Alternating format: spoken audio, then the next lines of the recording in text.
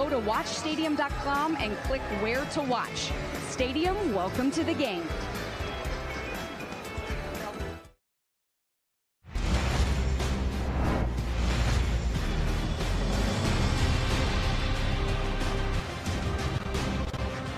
Welcome to the Barclays Center Classic presented by Continental Tire, a top 25 showdown in Brooklyn between the 6-0 Minnesota Golden Gophers and the 5-0 Alabama Crimson Tide. Thank you for joining us for Stadium's coverage of college basketball exclusively on Facebook.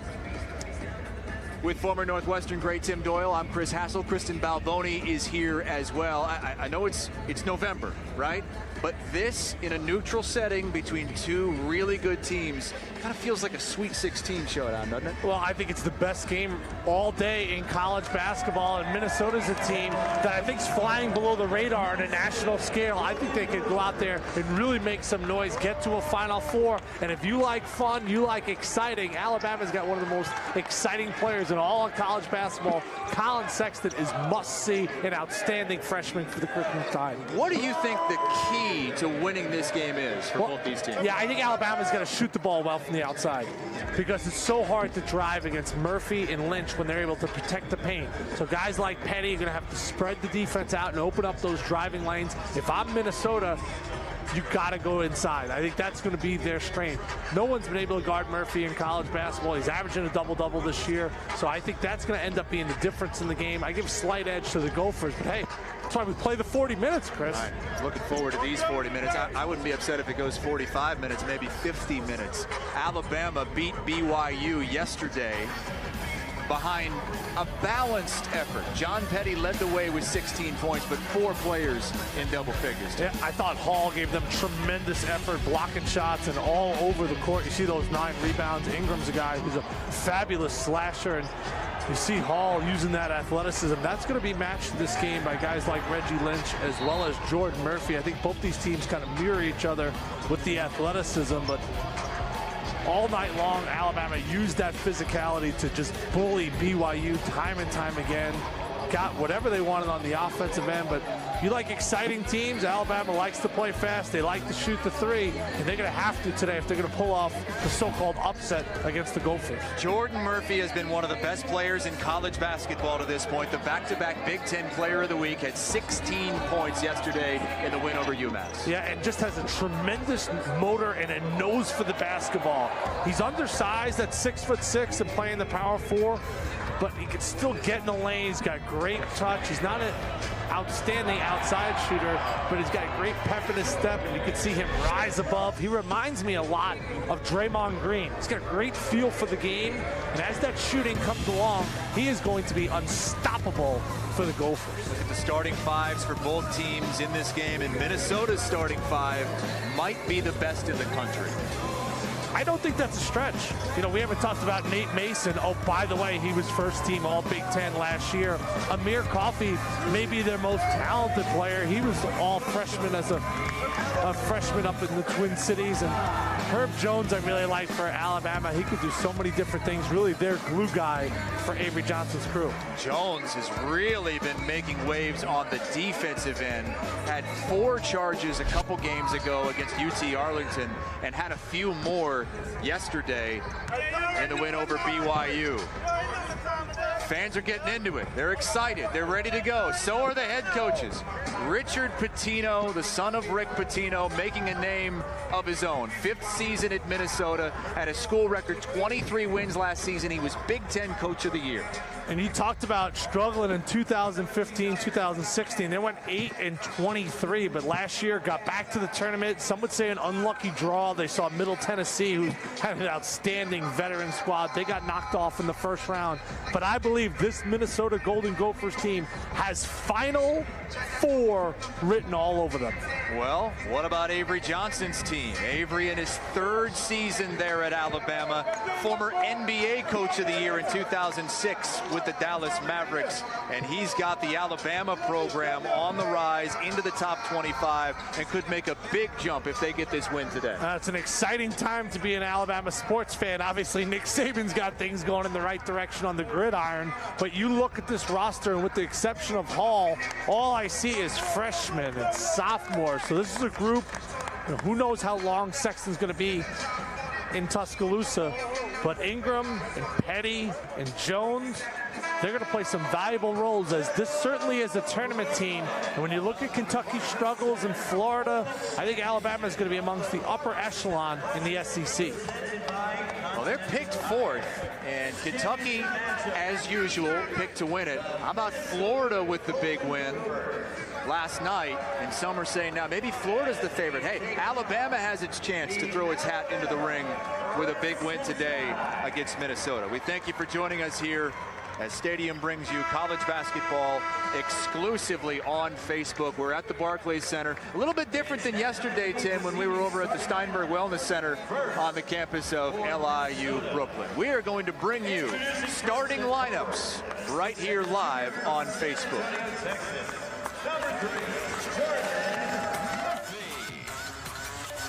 The center, 6'10" Richard Sr. from Edina, Minnesota. Number 22, Reggie Lynch. At guard, a 6'5" junior from Queens, New York. Number 1, Dupree McGrayer. At guard, a 6'2" senior from Decatur, Georgia.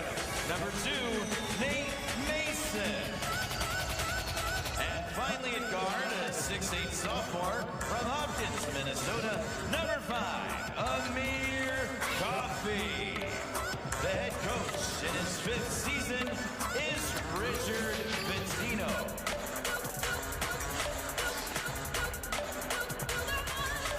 And now the starting lineup for the Alabama Crimson Tide. At forward, a 6'9" junior from Luverne, Alabama, 0, Dante Hall. At forward, a 6'11" sophomore from Mableton, Georgia, number 4, Daniel Giddens. At guard, a 6'7" freshman from Greensboro, Alabama, number 10, Herbert Jones. At guard, a 6'5" freshman from Huntsville, Alabama, number 23, John Petty. And finally, at guard, a 6'3" freshman from Mableton, Georgia, number 2, Collin Sexton. The head coach in his 3rd season is Avery Johnson.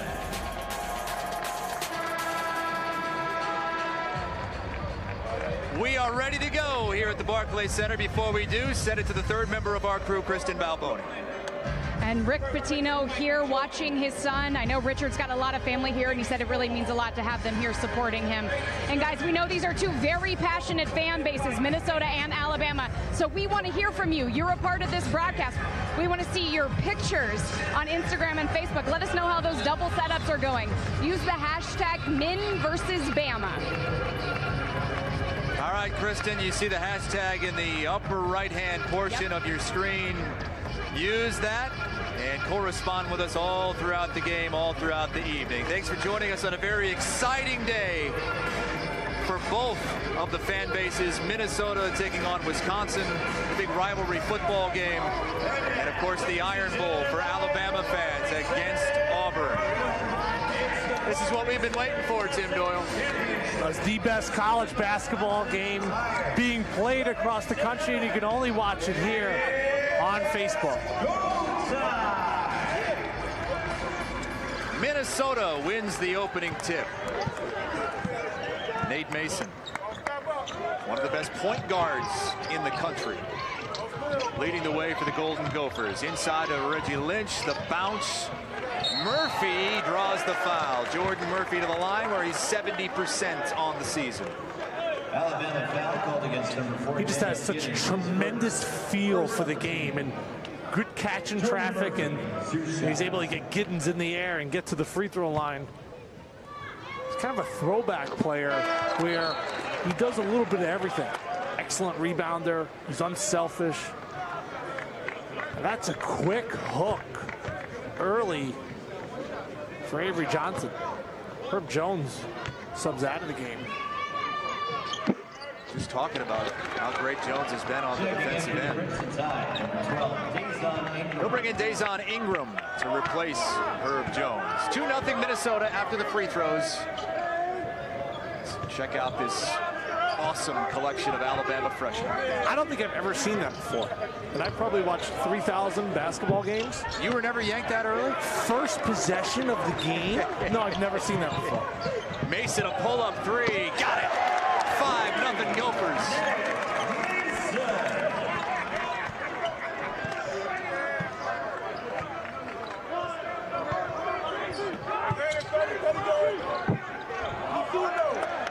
Minnesota running and gunning again. Jordan Murphy.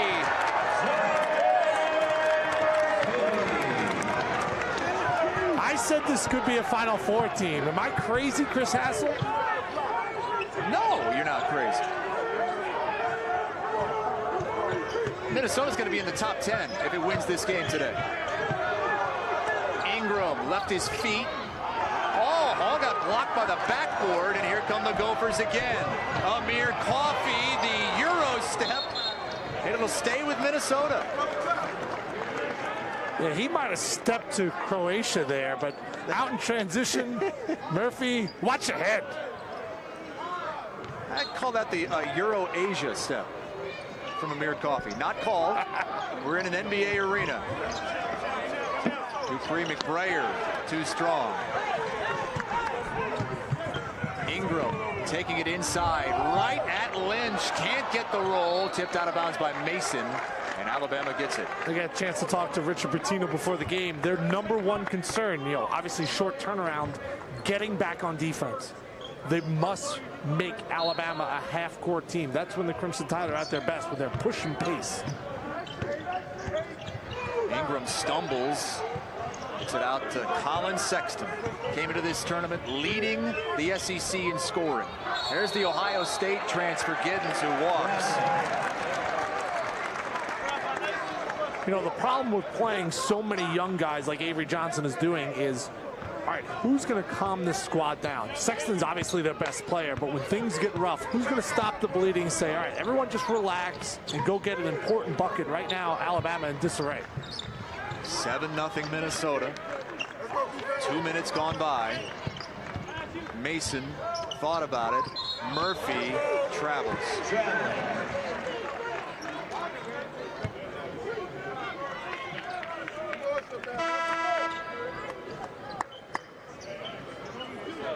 Checking in for Alabama, #3, Alex Reese.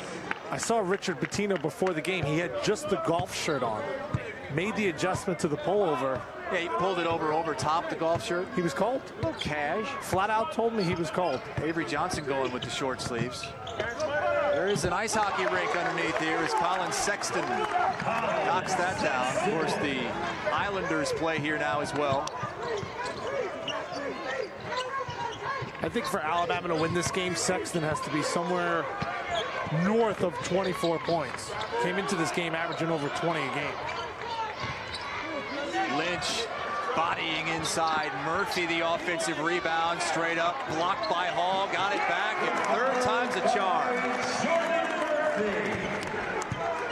He just has that dog in him, where he tries to grab every rebound, block every shot, and he seems to never get tired. It's an outstanding motor, and there he is with the steal. To the deck, and they get him for a travel because he was scooting around on his fanny. By the way, if you want to hide the comments, folks, swipe right. That's how you hide everything, get the crystal clear screen.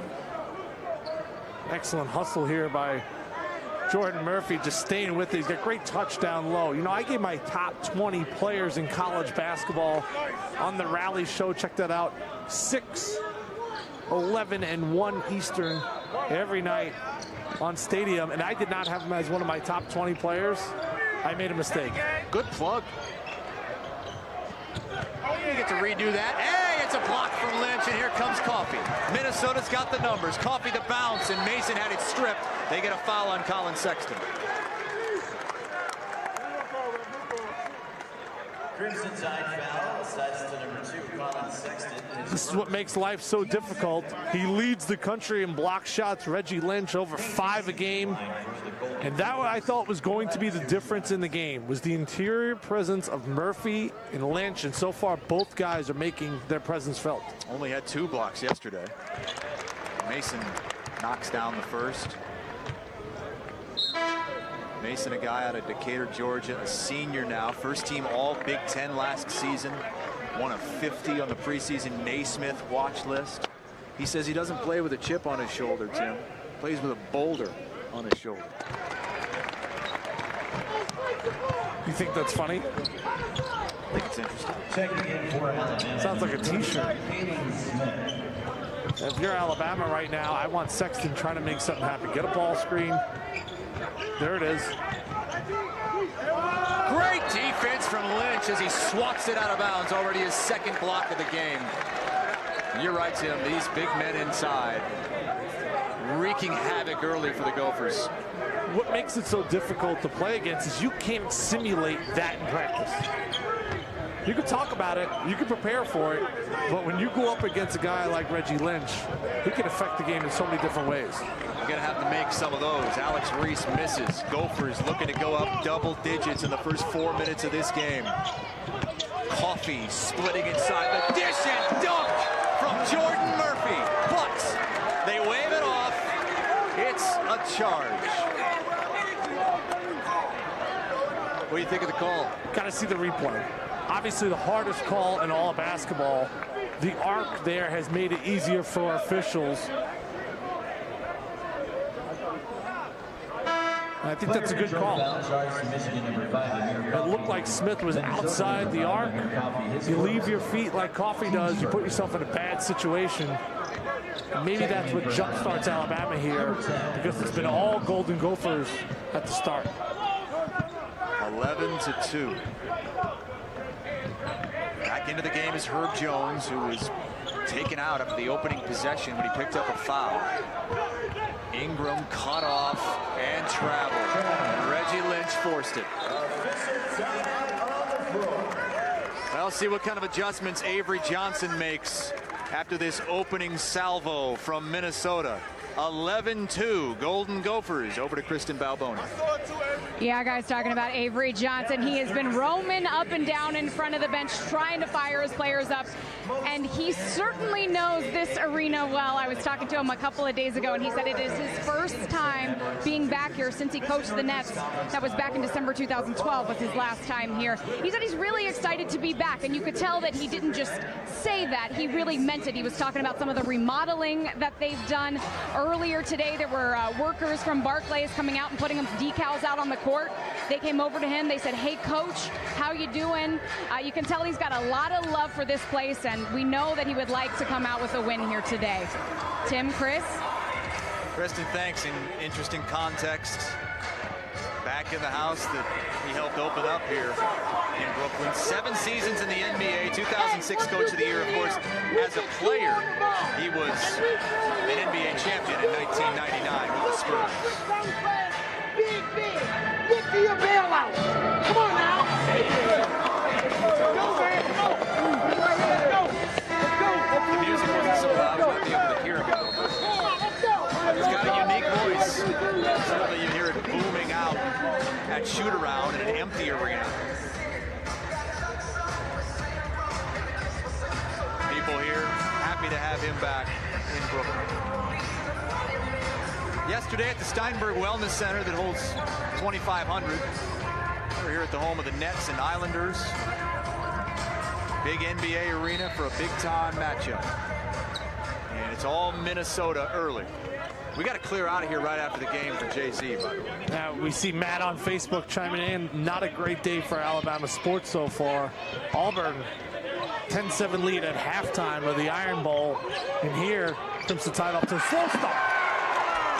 But it's fast if you're a Gopher fan. Jordan Murphy, another stuff.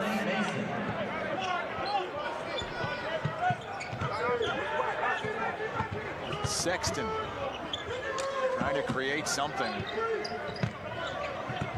Another freshman Jones, and that is an ill-advised pass inside. Another turnover for Alabama. Here comes Minnesota, up 11. Mason three-ball, no good over the back.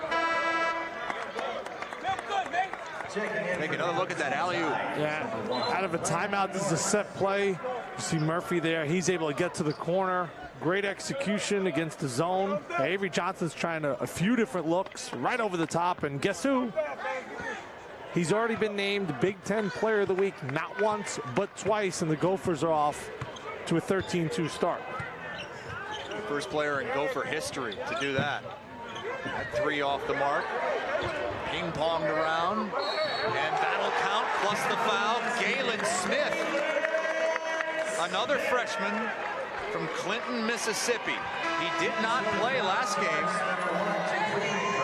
Maybe he'll play a big part in this one. A great energy there from the freshman, and Lynch was out on the perimeter challenging the shot, and the 6'9" freshman from Mississippi, the second-rated player in the state of Mississippi last year in high school, trying to give a little bit of a spark to this Crimson Tide team. Interesting that he hasn't played much this season, didn't play at all last game, but against these big body Gophers, they're going to need him. I think that's spot on, Chris, and I think that's why he gets the call, because I think the Gophers have been flat out bullying Alabama so far, and Smith comes in and throws that muscle around.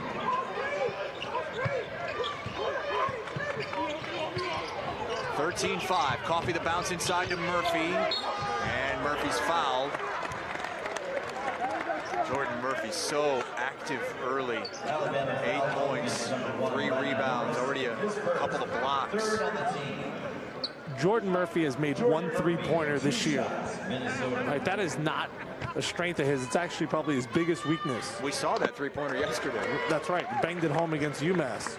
If he learns how to shoot the three, he will make hundreds of millions of dollars in the NBA because he has such a wonderful feel for the game. But if you can't shoot and be a reliable shooter, it's hard for you to play. At the college level, he's exceptional because he's such a great athlete. But I think he could be a very unique talent at the next level. And he reminds me so much of Draymond Green. Now, he's a junior. You worried that he might not be coming back for his senior season? That's a great question, because I think NBA scouts are drooling over the potential that he has. Oh, another block from Lynch. Coffee lost the handle a bit, may have carried it, but they don't call it. Washington out of Harlem, and the freshman scores at home, and he's got a big contingent right behind us.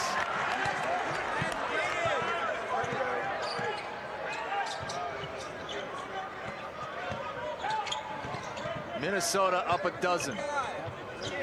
Herb Jones baseline cut off, and a reach-in foul will be called on Minnesota. Guess who? Lynch affecting the game. Let's see if Coffee palms this ball. We got away from it, and then Washington. We got a Gopher fan cutting the replays. Cut that little carry out. I think it should have been called. I thought he carried the ball as well.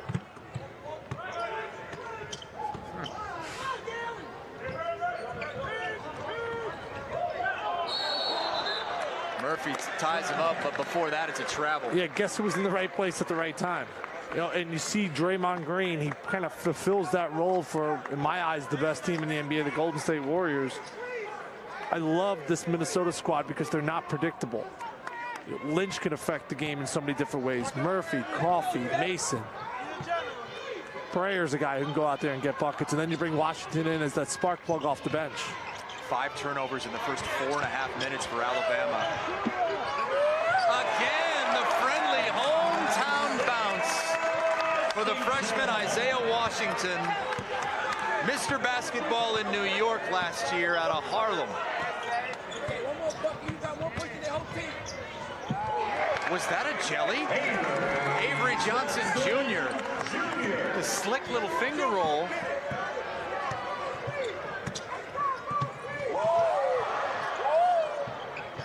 Mason drives it to the hoop.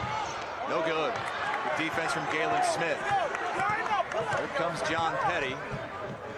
A three from Norris is short. Coffey, one-on-one, spin move, can't get it to go. Avery Johnson Jr. out of there with it. And he lost it. Washington's got it ahead of the pack. Isaiah Washington has 6, and he might have 6,000 fans in attendance. We talk about that sweet finger roll, the jelly, and his eyes were as big as basketballs. But this is a kid who is a playground legend here in New York. And watch the spin. That's the little jelly off the glass. A little spin on the finger roll from Isaiah Washington. 21-7 Minnesota on a big football day for both of these two programs with a 2-touchdown lead over Alabama. Kristen. Yeah, guys. Well, I had a chance to sit down with both coaches here, and I asked them how they are managing their programs and all the high expectations. We have talked a lot about human nature. We've talked more about human nature than defense, offense, rebounding. We are constantly talking about the elements that you deal with. You know, as you get older, you realize, like, you know, you're tired one day, you got to motivate yourself to get up. That's normal. It's human nature. Young people don't want to do that. So we've talked about everything that goes with expectations. They want to be ranked. They want to be talked about. They want Instagram, Twitter. They want all those things. You can't fight that part of it.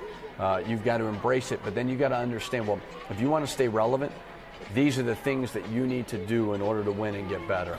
We're only thinking about that 1 minute in practice where I have to be at my best in terms of my competitive spirit, caring about my teammates, the way we communicate, the way we bounce back from failure, the way we handle success. So every minute in practice, and then that's going to lead to, you know, the next minute and the next play.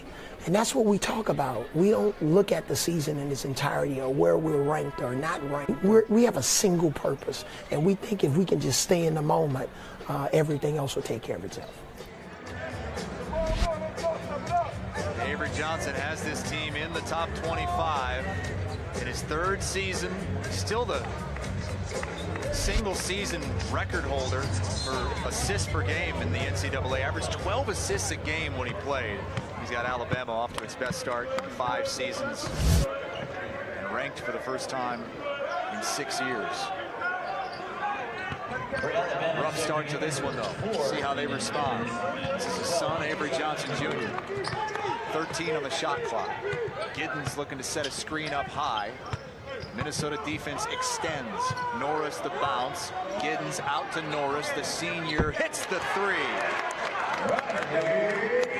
Good offense there for Alabama. We talked about it in the earlier game. Shooters love catching that ball when you're able to go inside and out, because when they're shooting by themselves in the gym, think about it, the rebounder is always throwing it out to them. So there's that comfort level of catching out on the perimeter with that pass coming from the inside.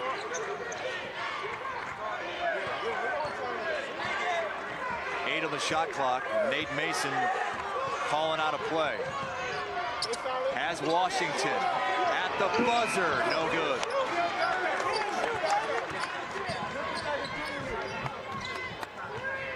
Alabama a chance to string some buckets together here.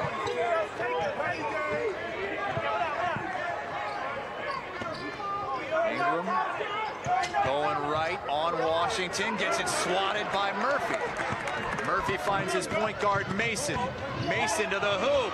No. Murphy, offensive rebound. Got it.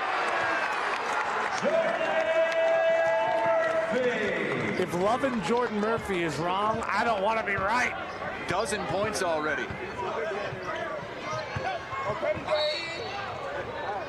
Petty gets fouled on the floor. He is just everywhere.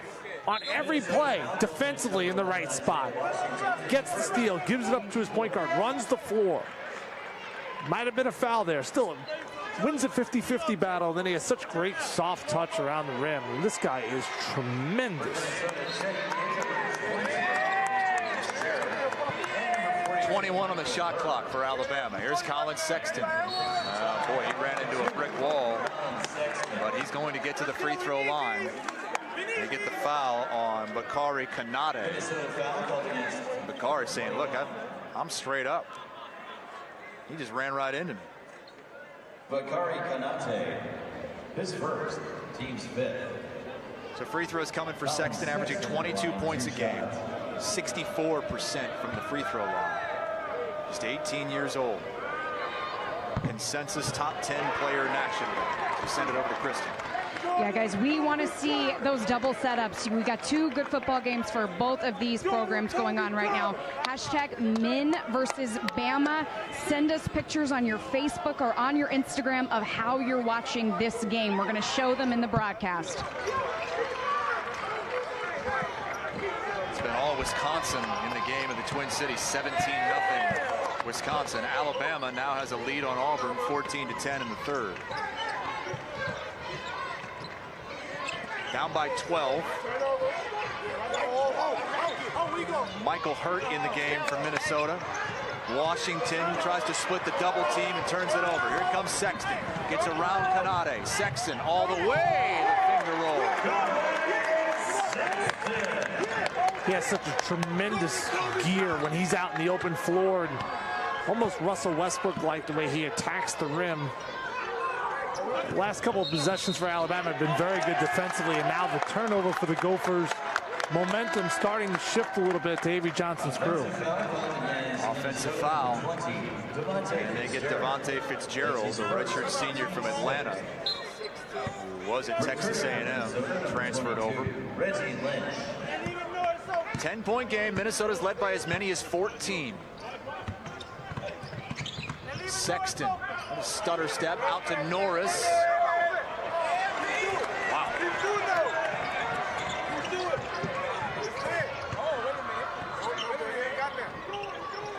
Washington, quick step back. Offensive rebound to Reggie Lynch. Takes it right back up. No, Hurt got his hand on it. Lynch has it again. Got it. Gophers just been relentless on the backboards, and Lynch has been a difference maker on both ends of the floor. Blocking shots, intimidating others. If Alabama's going to win this game, they're going to have to make 10+ threes. They're getting out rebounded. 15-8 are the Crimson Tide. Shot clock under 10. Sexton from 19, way off.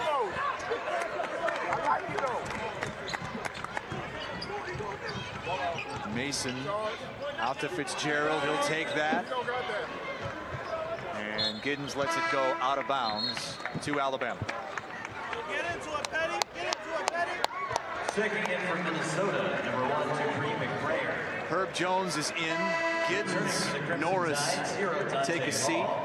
Avery Johnson is back out on the floor as well, replacing John Petty, who hasn't done much of anything in this game. Petty, the reigning freshman of the week in the SEC. The Minnesota coaching staff told me that they want to force Collin Sexton left. They want to get him away from his strong hand, his dominant hand. Jones, short. Avery Johnson, the rebound. Somebody's got to box him out. One of the smallest guys on the court. Getting a second opportunity for the Crimson Tide. He takes it in and gets it blocked, but a foul before the block. What's going on? Fitzgerald picks up number 2. Alabama's had some success dribble penetrating. Problem is, Reggie Lynch is waiting there for you. So you're able to get in the lane. Now you got to find the shooter here. Now, fortunate enough, you're able to get to the free throw line. But for Alabama to win this game, they're going to have to go out there and bury some perimeter jump shots. Free throw no good. Alabama struggled from the line so far this season, 57%. As Jordan Murphy comes back in. What are they shooting from the field as a team? 54%. Almost as good from the field as the free throw line. Checking in for the Golden Gophers, number 3, Jordan. I knew that. I was just testing you, Chris. Not shooting it that well from the field in this game, though. 25%.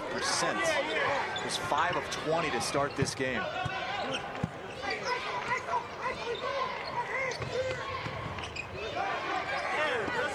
Murphy's got it. 7 on the shot clock. Takes the 3. Second made 3 of the season. That's what you said you want him to do, to make hundreds of millions of bucks in the NBA. Jones dishes. And Hall is short. You know, Murphy actually got beat on that play defensively, and then a quick switch between him and Lynch just does so many different things well. He starts burying that three. This might be his last year up in Minneapolis. Mason, high teardrop, and everything's falling for the Golden Gophers, who are up 30-13. Yeah, but they're not playing like out of this world. They're shooting less than 50%. They're just playing their game. This team has Final Four written all over it. They're that good. They're that talented. Sexton the jump pass. Jones the pump fake. Gets bumped, and Murphy is called for the foul. Just the first on Murphy, but Alabama will be shooting 1-1 when play resumes. 30-13, Minnesota all over the Crimson Tide on a big day for the basketball and the football programs. Kristen? Yeah, well, ask and you shall receive. That's the beauty of being broadcast on Facebook and having Instagram.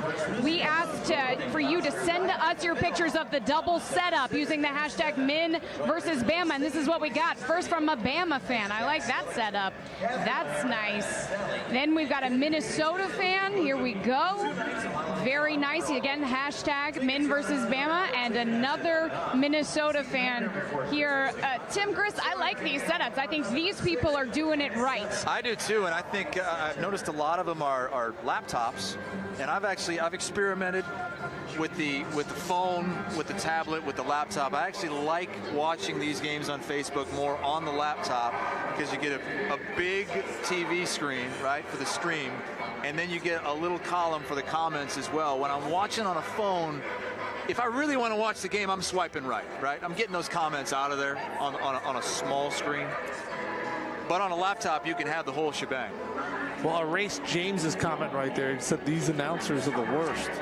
We appreciate you chiming in. Use that hashtag Min versus Bama.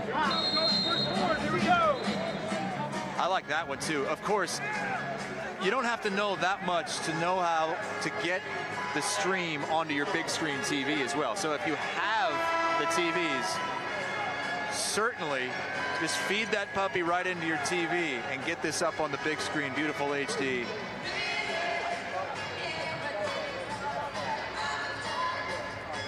Minnesota fans are loving it. Herbert Jones at the line for Alabama,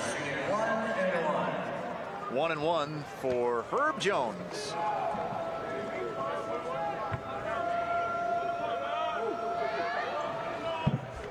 Rattles that home. Alabama 5 of 21 from the floor, 1 of 6 shooting threes. They're being out rebounded 18-10. Not at all surprising, Tim, I know to you, because you basically called this. I'd be a little bit embarrassed if I'm our statistician, Mark, called an Alabama blowout in this game. We all have our strengths, Mark. Alabama's going 2-3 zone here. I think Avery Johnson just trying to mix up defenses to somehow stop this Gopher team. You got to get your hands up when you're in a zone. You can't be lazy, and for young guys, it's easier said than done. Look at the spin. Murphy couldn't get it to go. He was 5 for 6 before that miss. Sexton the pass. Ingram the flush. We talked about getting back in transition if you're a Gopher. There, a breakdown, and maybe that's able to give Alabama a little shot of life. They're going to stick in this 2-3 zone. Got to have active hands. Lynch fouled before that one was rejected. Question is, if it was a shooting foul, then you have to start thinking, is that goaltending? Alabama foul called against. But they're not going to call that goaltending. They are going to give him 2 free throws, though. Reggie Lynch, 2 shots for the Golden Gophers. Reggie Lynch said as he's walking around campus last year and in the offseason, people would come up to him and say, hey man, love the way you play, but can you please just work on not fouling out as much? He fouled out 8 times last season, and with this Gopher team, that might be the thing that could kick them out early in the tournament. Then we're looking way down the road. If he goes out, then what do you have? I believe that's their Achilles heel. that is going to be their weakness. Because if Lynch comes out of the game, what do? You go Murphy and Fitzgerald. You move Murphy to the 5. It just really puts them in a bad spot. And there he is with the steal because he's such a difference maker on the defensive end.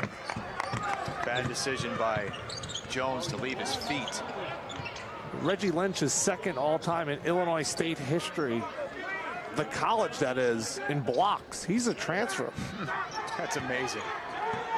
Spent 2 years playing for the Redbirds.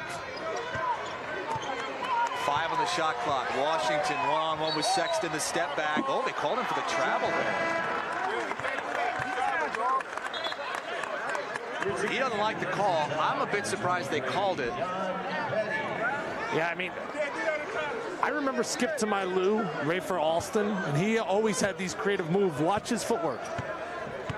Look, it is a travel in college. That's not a travel. It's a travel in college. It's not a travel in the NBA. I remember them. They used to call that on. I call him Skip, Rafer Alston, all the time. He was so creative with the basketball. I think sometimes he would fool the referees. That's good position. That's the best position I've seen an Alabama big man have all game long. Dante Hall. Now, I've watched the Alabama guards almost shy away, Chris, from throwing the ball down low because they really had nothing going. You got to stay consistent. Hall and Giddens gave them some solid minutes yesterday against BYU.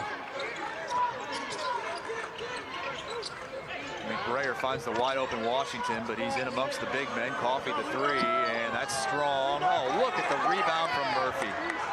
The spin, no, tips it again. Lynch has it, and he's fouled.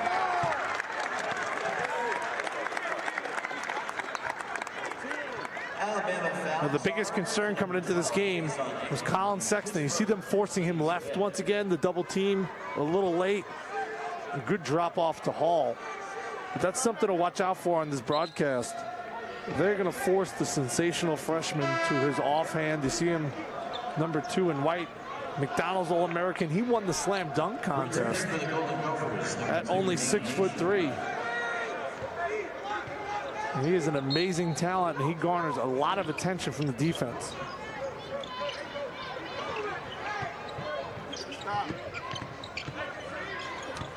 Dupree McBrayer. They're going to get Riley Norris for that foul there. Murphy hit the floor, and the officials both looked at each other. It's officiating crew of Rick Crawford, Brian O'Connell, and Brett Smith. They got a tee on Avery Johnson right here. He's not happy with the call. He's better watch himself. Because the official originally signaled going the other way, like Alabama ball. He made a mistake. Got corrected.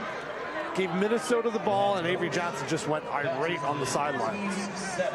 Things have not gone according to plan for Avery Johnson so far in this game. Minnesota has been the better team. Minnesota's led by double digits most of this game. That was tough. Watch the bottom of your screen. It's Murphy.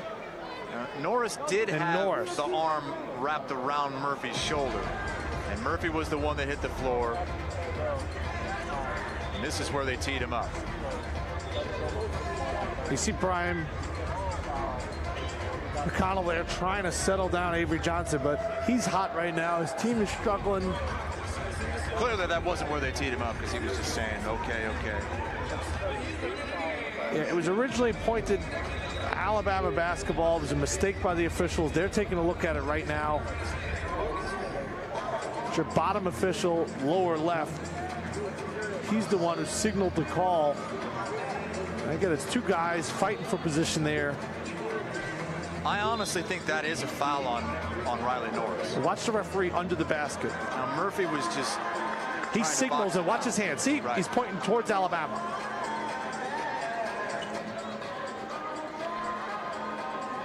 And that's why Avery Johnson was so upset.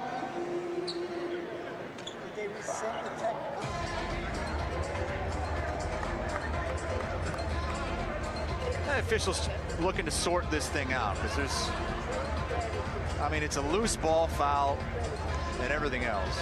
Nate Mason is going to attempt the technical free throws. He'll get 2. 14 of 17 on the season.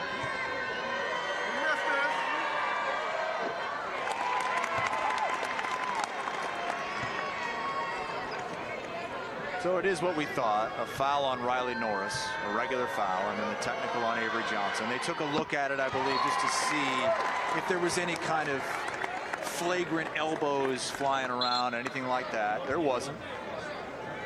I think in the end, on the foul, the officials got that as right as they could. I don't know if what Avery Johnson did warranted a technical. That'll count.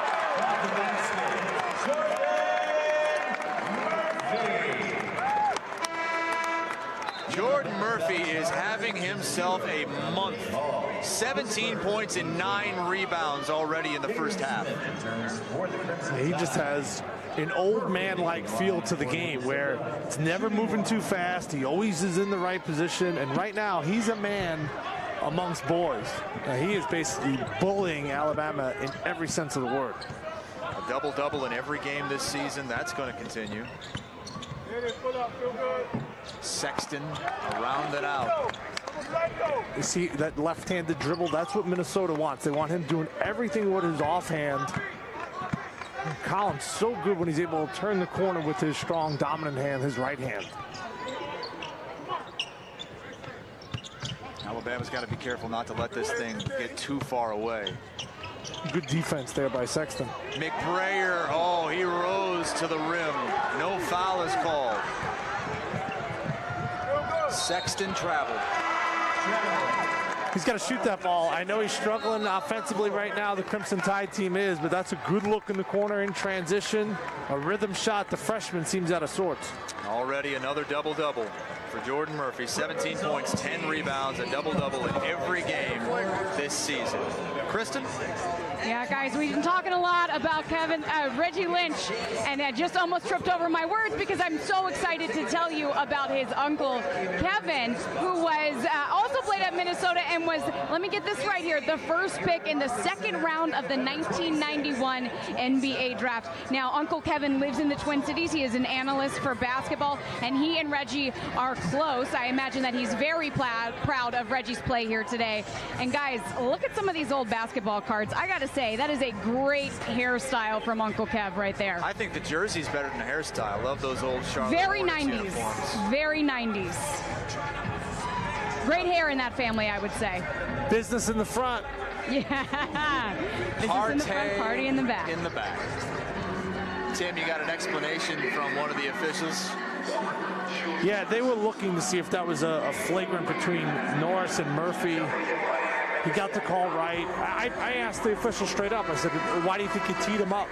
Because I get Avery Johnson's frustration in that call. And he said he came on the court, crossed the line.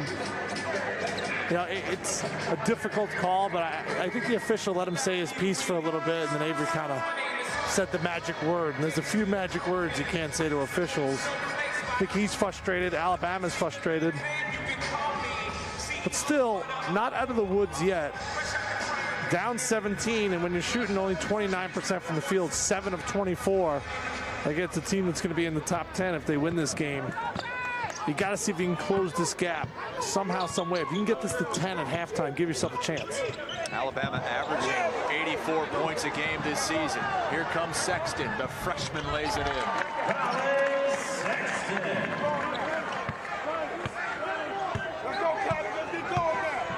15-point game, 3 minutes to go. You know, when I would be in timeouts, I loved when the coach would say, hey, we're down right now, which was often at Northwestern. Let's try to close this gap. Let's try to get it to 10. Let's try to get it to single digits, and that's what Alabama's got to try to do. McBrayer, no. Murphy goes up high for the rebound. Out to Mason for 3. Short. And now a whistle away from the ball. Alabama foul called against number 12, Dason Ingram. His second. Yeah, That's on Ingram, Tim. This last possession is not going to go up in Springfield. Oh, boy. Yikes. Two guys running into each other, and then Sexton, right time, right place for the freshman sensation. Lynch at the free throw line after the foul on Dason Ingram. 1-1. It's the roll on the first.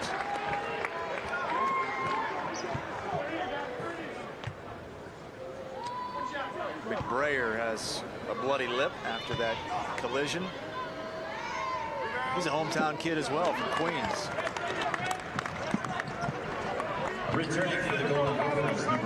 Minnesota 12 of 13 from the free throw line.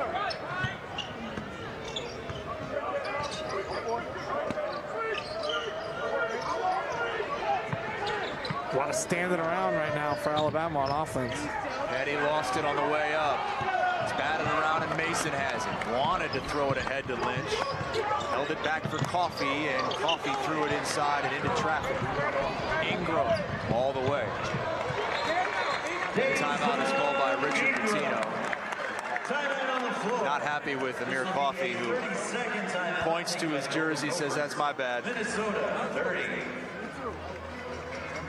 15-point lead, though, for the Golden Gophers, who are fixing to move into the top 10 if this score holds.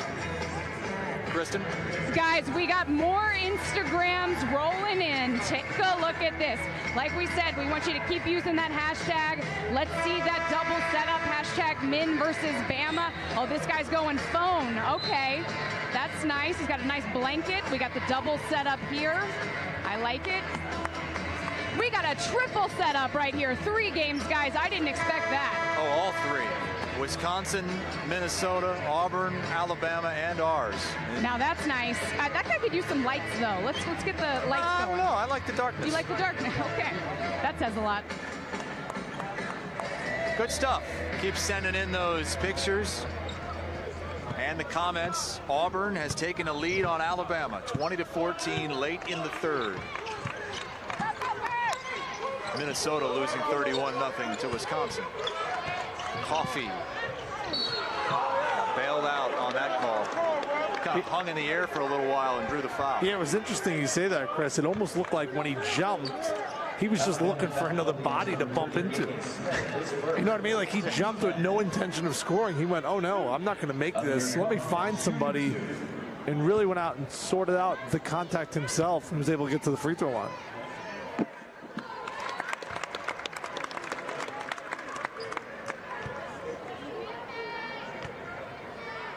Coffey under 60% at the line.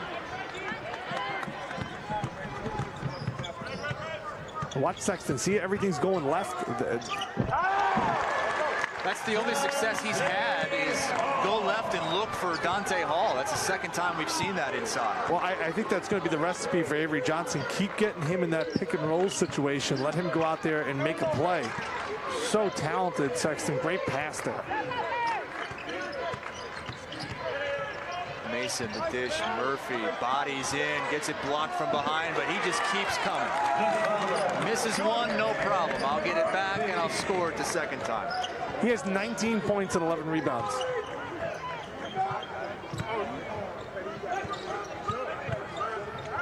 Ingram nearly walked. This is not a video game, folks. This is real life.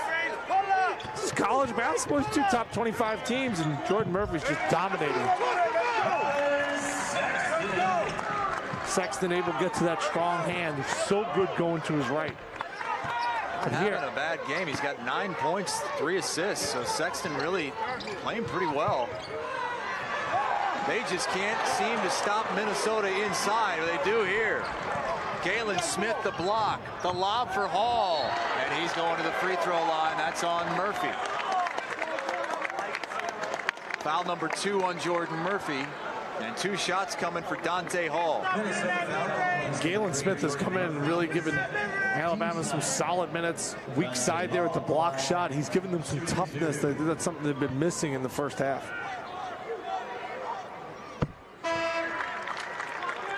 Herb Jones coming back in, replacing John Petty. 31 seconds to go, so the shot clock remains on.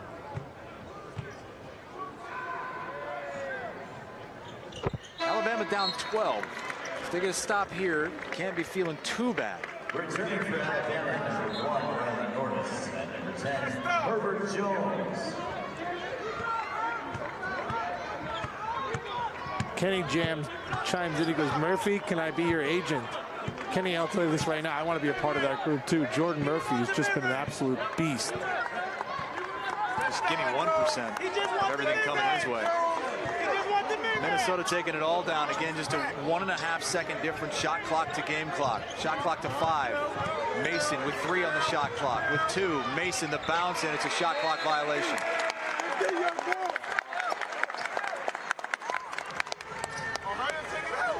Reset the clock to 1.5. Sexton will launch from 70 off the mark. Could have been worse for Alabama. It could have been worse. Sexton had some words. He's a little bit frustrated, but they're still in this game, only down 12. You know, we talked about maybe getting it to 10. Close enough. They did not play good basketball the first 18 minutes of that first half, but the last 2, I think they started to figure out an offensive rhythm. Sexton was able to get some buckets, find his teammates. You know, Alabama, they're so talented, but they're still young. Minnesota came out and kind of punched them in the mouth, kind of set them back. Avery Johnson did a nice job of mixing and matching his lineup, but the difference in this game has been simple. Jordan Murphy, what an absolute beast. 19 points, 11 rebounds. He's the difference maker so far. Kristen, what do you have for us? Guys, I am here with one big Minnesota fan. Sir, tell everyone at home your name. Oh, Steve Urban, Stillwater, Minnesota. Steve, now you traveled to this tournament from Stillwater. You traveled to a lot of games? Actually, myself and one other person that here in the gym today are the only 2 living human beings that has been to every NCAA basketball game the Gopher has played since Clem Haskins. That is amazing. Now, why is that? What makes you want to get to all of those games and keep that streak alive? Well, once you're a Gopher fan, and if you've ever been to Williams Arena, it's an unbelievable place to watch basketball. And 2 years ago, we were down. It looked like we were going in the wrong direction, but all of a sudden, Pitino brought us together. And now we've got a very nice team, and we would have followed them if they were 1-18 or 18-1. Of all those games that you've been to, which one stands out the most for you? Well, I'll tell you what, one of the games that I think was most interesting, well, actually it's 2, but one was playing Middle Tennessee State in the NIT in Middle Tennessee State's home court. And everything was blue except for a few gold, and it came down. I mean, it was like an avalanche of blue people. And the Gophers won that game, and it was fabulous. The other one was the infamous call by a Southeast conference referee against us back in 1989 with Willie Burton, and we would have went to the Final Four, and they called it against us. Now, Steve, I've noticed these shirts. That's how I spotted you from over there at my perch. Tell me about these shirts, because you and your friends have them on. Well, you know, we're playing Alabama, and of course everybody knows Sweet Home Alabama, but nobody knows Sweet Home Minnesota. So, and we have a lot of lakes, so we're Sweet Home Minnesota, where the lakes are so blue. I love that. Now let's talk about this game. How are you feeling at the half, 41-29? Well, I think we got off to a very good start. Don't underestimate Alabama, and I think that our kids are playing pretty smart. Few stupid mistakes, but pretty smart. So if we can continue that the second half, there's no question that we can win the game. But you know, these are young kids. These are kids in college sports, so they have to keep their mental about it. If we keep our mental, we can win it. Steve, I think you might have a future as an analyst. I just want to point out Steve's friends back here, they've all got on the shirts too. Love the shirts, guys. Sweet Home Minnesota, where the lakes are so blue. Thank you so much, Steve. We really appreciate you taking the time. We're going to send it back to the studio for the top 5 plays of the week. Of Continental Tire.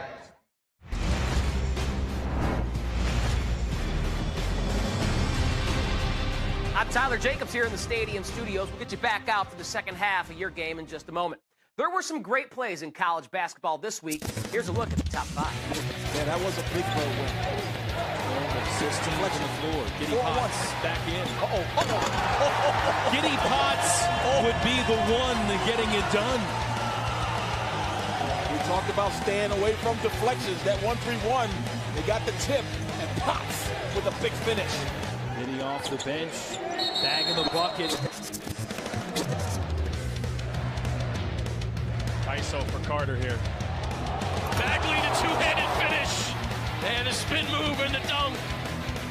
You don't see a lot of ISO plays in college. Pass back from McLean. Tate stole it. Layup blocked. Going back to the rim was Khalif Tate, and Unique McClain just denied him and blocked the ball out of bounds. It'll stay with Niagara when we come back. They're trying to get it inside to him, aren't they?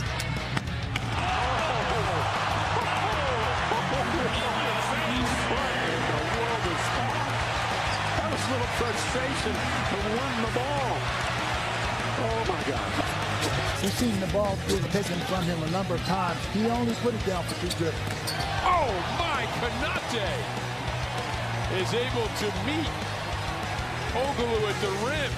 My, oh my, Ogalu came soaring in. What a block by Konate.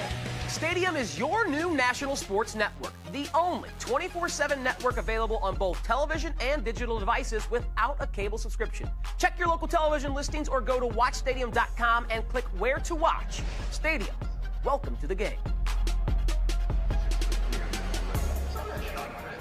Now, as we said on Facebook, we don't have commercials even at halftime. Instead, we're bringing you things you want to hear about, and Gophers fans are going to like this one. The new facilities for Minnesota, they've spent about $166 million. They're moving over there in January. Take a look.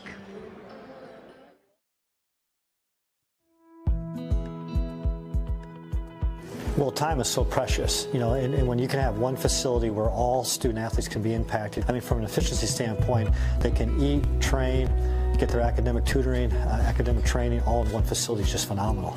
So let's talk a little bit about the academic center. What is this space going to do for the academic resources that our student athletes have available to them? You know, well, first off, you know, as you know, we're the highest rated school in the country, public school in the country with respect to student athlete academic success. And when you can go from 8 tutor rooms to more than 30 tutor rooms, it's going to have an impact, you know, just from a spacing standpoint. And now you can come into this new facility where we can all be together in one location. There's no doubt it's going to have a huge impact.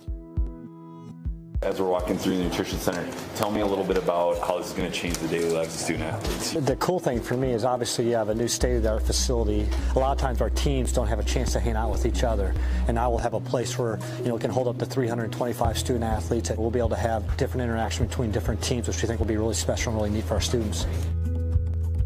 You know, we have this great urban campus.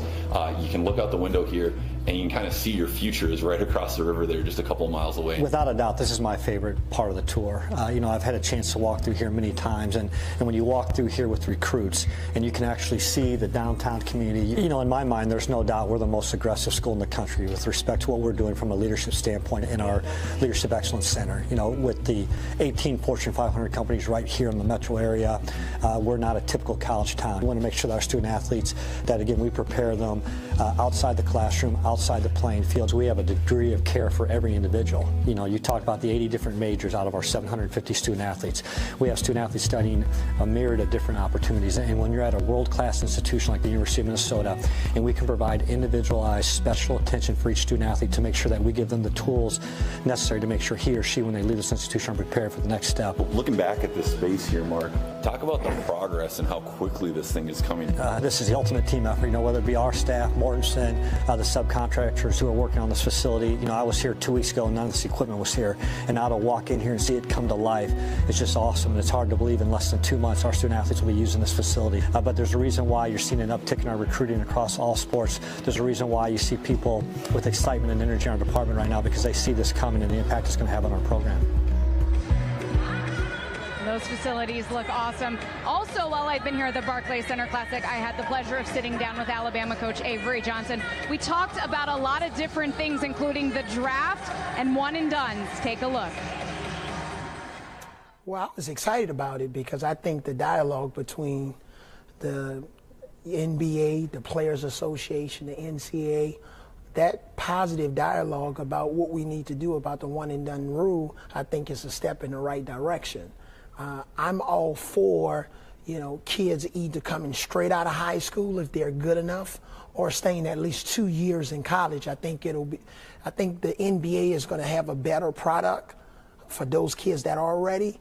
And then if you come to college, being able to stay 2 years, you'll be able to grow and develop a little bit more, and coaches will be able to have much more effective scholarship situation, be able to develop these kids fundamentally so that the NBA then will get a better product if they can stay in college for at least 2 years. So you are on the record as saying come straight out of high school or stay 2 years, and that's your stance. Yeah, and the ones that come out of high school, I'm not going to say committee because we got enough committees in this world, but they have to be, you know, on the level of a Kobe Bryant or Kevin Garnett. A LeBron. It just can't be a LeBron. You can't just have everybody coming out of high school. If you identify 1 or 2 kids that are extremely gifted, that have that type of talent, but for everybody else, I would say stay in college for 2 years. But let the market bear it out. Let them take their chances and see. Yeah. Would you be in favor of the NCAA allowing collegiate players to participate in the NBA G League to show off their skills in the summer? You know, I think that's something that is up for discussion, but that fits into that gray area. We don't need any gray area. Let's eliminate all of the gray area.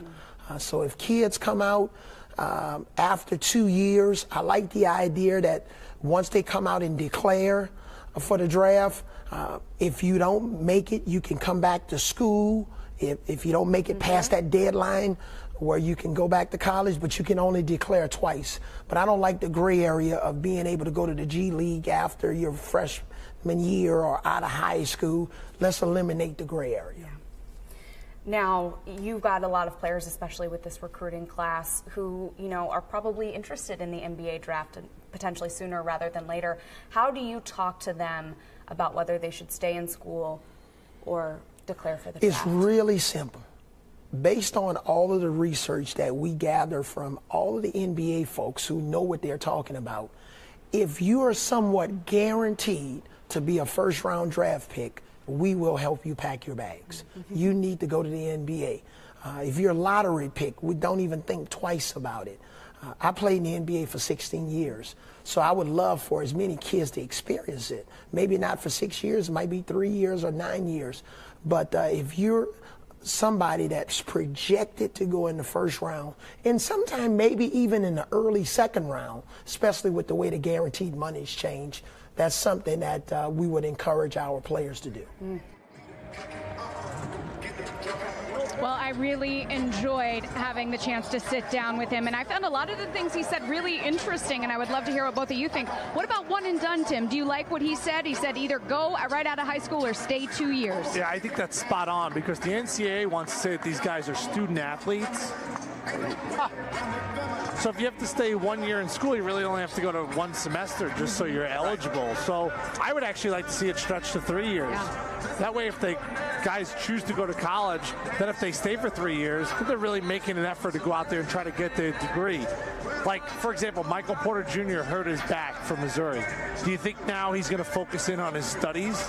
No, I don't think so. No, he's not. He's going to get ready for the draft. So it's broken right now, and I think that's why the FBI is looking into it, right? Because it's not the middle of the road, the top 100 guys that maybe are getting extra benefits. It's the top guys. And now that it's starting to get really dirty in college basketball, you can see Adam Silver trying to adjust the rule. Something I believe is going to happen this offseason in college basketball. I would agree. I think that it needs to be more than 1 year in college. It shouldn't be a one and done.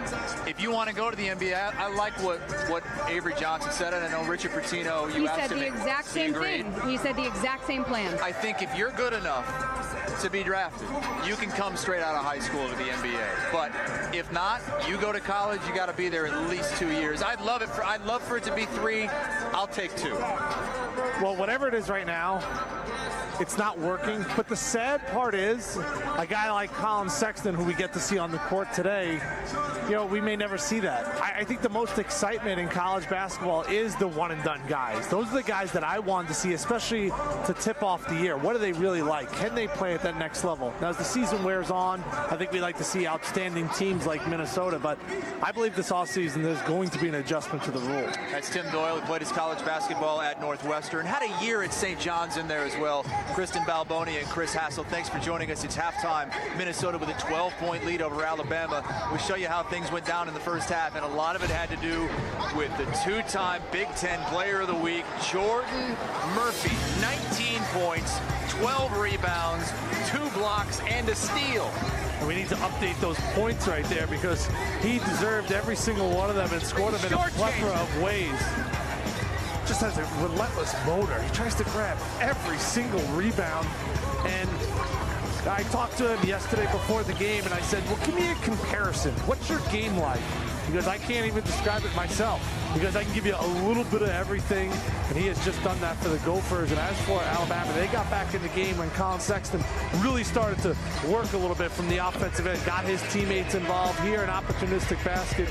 Two Gophers run into each other. You know, Alabama, in my eyes, Chris, they could be down 20. The fact that it's 12, you come out, you set a tone, maybe get the first couple of baskets, and now you're right back in it. Avery Johnson's been around the block.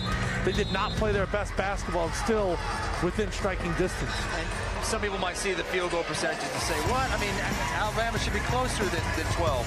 Listen, the rebounds have been a major story in this game. Minnesota out-rebounding Alabama 25-15. They have 12 offensive rebounds and outscoring Alabama 14-2 in second chance points, 14-3, beg your pardon, in second chance points. It really has been the difference in this game. But Alabama will have the ball to start the second half and have an opportunity to close it to 10 or maybe even single digits here at the Barclays Center Classic, presented by Continental Tire and Brooklyn Hoops.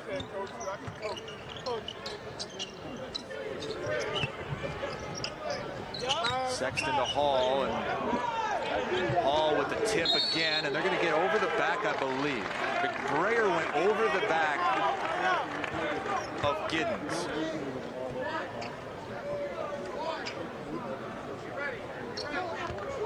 Giddens had a tough first half. No points, no shot attempts in 6 minutes. He only had one foul. First on the team in the second half. We have not called John Petty's name a lot. Came into this game averaging over 15 points a game, and the freshman held scoreless in the first half. Turnover. That is turnover number 10 for Alabama. Giddens looks like he's just looking for somebody to hit. I mean, he would be one heck of a tight end.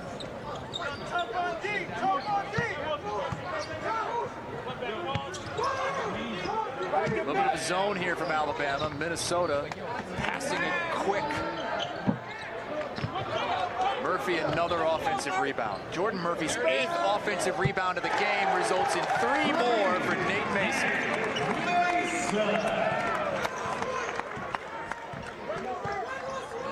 Second chance points are now 17-3. All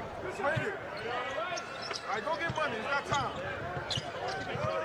Sexton alley-oop and swatted out of there. I don't know if that counts as a block. I don't think it does, because it wasn't a shot. Mason, another 3. And what a start to the second half for the Golden Gophers.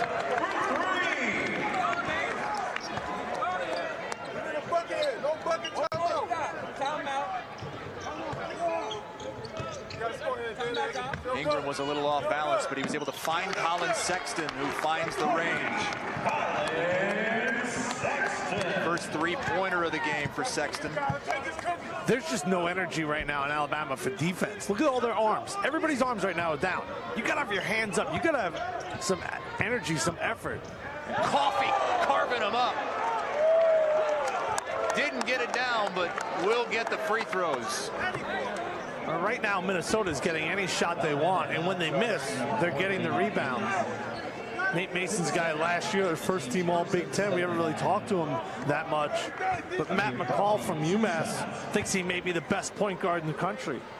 That's, I think, what makes this Minnesota team so good, is because they have a guy like that who might be the best point guard in the country.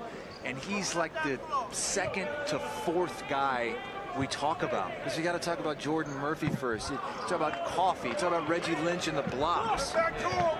Coffee's defense has really been outstanding today against John Petty. And we talked about Petty not really being active. It's Coffey in his length. There it is, challenging a shot. I think they need more of that, don't you? Don't they just guys rising up, shooting the three? I think that's the only way they win this game. Well, I just talked about his defense, and obviously doesn't make me look too smart. He buries the shot there, but he got caught on a screen. Coffey's done a great job of really taking Petty out of this game in any sort of offensive rhythm. Maybe this gets the freshman going. A little close, tipped out of bounds, that denied the entry pass to Reggie Lynch. I thought Amir Coffey falls asleep. Here's just a little down screen, back screen, and it can't give him any room. John Petty made 10 threes in a game earlier this year against Alabama A&M. Got it in the foul. Mason with 8 points already in the second half. Collin Sexton. His second on the team. Mason at the line, 1 shot. You think that was a foul, partner? People behind us don't. I would say no, but I always err on the side of no. We appreciate Drew watching. He's watching this game in Egypt right now. Thanks, Drew. We appreciate you chiming in on Facebook. Use the hashtag #MinVersusBama. Giddens. Oh, the follow from Hall. That was nasty. Coffey quickly the other way, and he draws the foul. Ingram had to reach in and rip him down.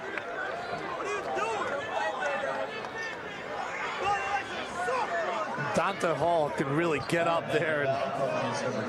Great extension. We saw him just dominate BYU, blocking shots. His physicality, I thought, was the difference yesterday as Alabama took care of BYU. If you weren't with us earlier, a dramatic comeback for the Cougars in the first game of this afternoon slate. As they were down 9, my partner said the dagger. Down 10.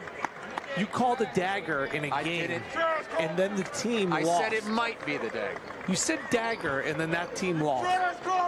Will you ever do that again? Nope.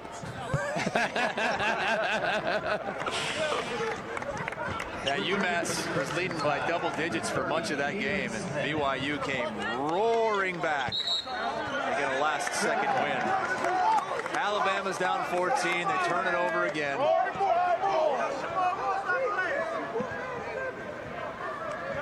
Hey, Alabama's young. I mean, it's a really young team.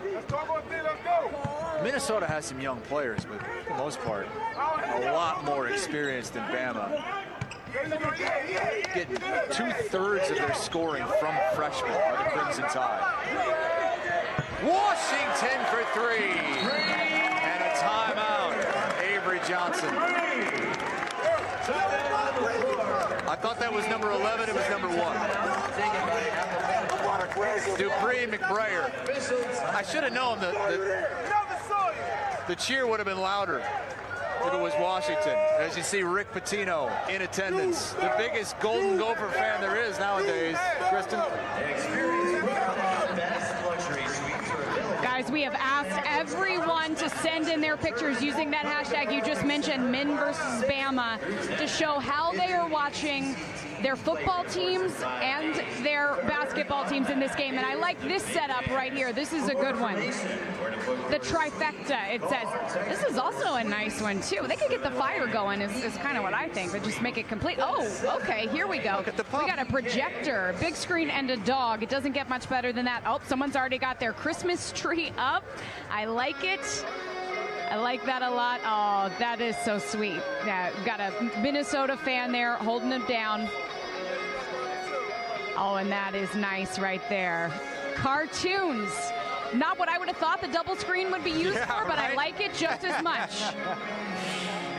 I actually know what cartoon that is because I have 2 kids. It's Paw Patrol. Because my son, Joe, was Marshall, and I watch way too much of that. And guys, Bama fans will know this, but it's 26-14 Auburn in the 4th. Keep those pictures coming. Thank you, Kristen. You see the hashtag. Swipe right to get rid of those comments, folks. If you're just joining us on Facebook, swipe right gets rid of everything. You just see the whole picture. Been a good day for Reggie Lynch and Minnesota to this point. Lynch, 3 blocks, leads the nation in blocks, averaging over 5 a game.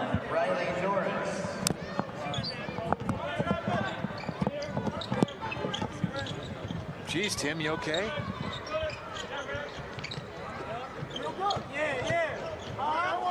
Tim had a little headset issue. Tipped out of bounds, it'll stay with Alabama. Terrible.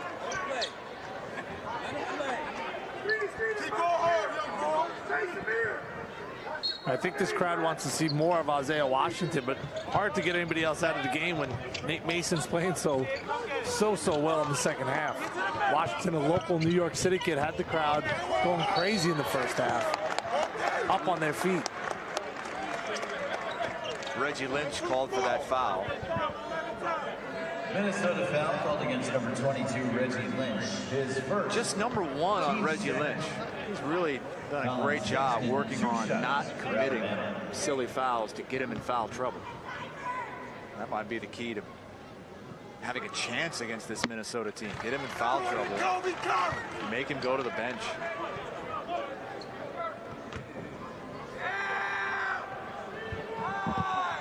He's played more minutes than anyone in this game, as Reggie Lynch.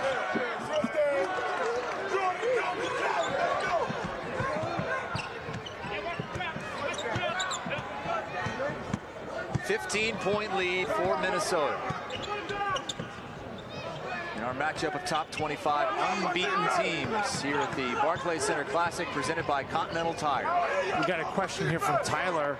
Do you think the Gophers will be ranked in the top 10 if they win this game? Absolutely.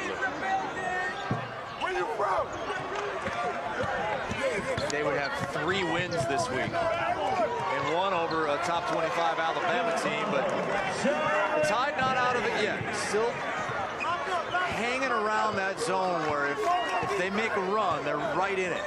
Down 13 with 15 and a half to play. Keep talking back there. Murphy off the dribble, the dish, got it poked away, and it's an offensive foul. And Tim, they say, you know, the best teams talk a lot on the court. I think these guys behind us must have been a part of a good team. They're talking a lot. Maybe they're getting ready for the concert coming up tomorrow, Kristen. That's right. We got to clear out of here quickly because right after this game is over, the rigging crew is going to come in here and start setting up. Everything's got to be broken down by 3 a.m. for them because, as you said, Jay-Z performs here. He's got 2 shows coming up. And guys, what Jay-Z wants, Jay-Z gets. So 3 a.m., this place is going to look completely different tomorrow. And Tim, Chris, I've heard they're a little short-staffed, so they were wondering if you two would maybe help out breaking down the court tonight. What do you say? If I can go to the concert, I would have to be in VIP because I'm a... I didn't hear anything about VIP. You just want me to be a normal civilian? No, I'm not going to break down the court then. You give me a VIP, I think about it. And I get to meet Jay-Z and Beyonce, then I'm in. Let's make this a little juicier. I still wouldn't do it. I'm wondering if I could just stay here somewhere unnoticed and stick around for the concert. What do you think? If someone gave me free tickets, I might think about going. Oh, here we go. That's why you're from Iowa, Chris, all right? I grew up in New York City, all right? Hard Knock Life, that was all I listened to for all years. You're just showing that you're from Iowa right now. A New York City kid, Jay-Z. The thing about him is he retired, and that's the new thing now. You retire to unretire. Yeah, I mean, if you retire, aren't you just done rapping for good? I think it would be great for your career if you retire. Like after this game, just say retire. And you know what you could say? That's Hassel's dagger. And then unretire. Chris Hassel is back. Nobody retired more than Hulk Hogan. He's still wrestling. Checking in for the Golden Gophers, number 11. Alabama down 13 with the ball. Coming up on 15 minutes to play in this game. See if Avery Johnson can coach his youngsters back into this game. Petty a 3, no good, but the tip in. They give that to Galen Smith. Galen Smith's given him some really strong minutes. The first half, he had 3 points, 3 blocks, 3 rebounds. He's giving them some good strength on the inside. See the defensive intensity ratcheting up a little bit now. Mason for 3 after he shook a dude.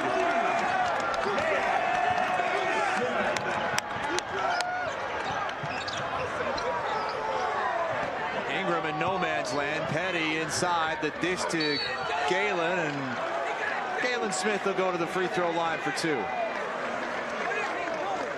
Well, nothing is better than when you're in New York City and you're able to shake somebody. Watch Nate Mason here, and then he looks at him. Oh, yeah. That was Sexton. Oh, boy. Oh, baby.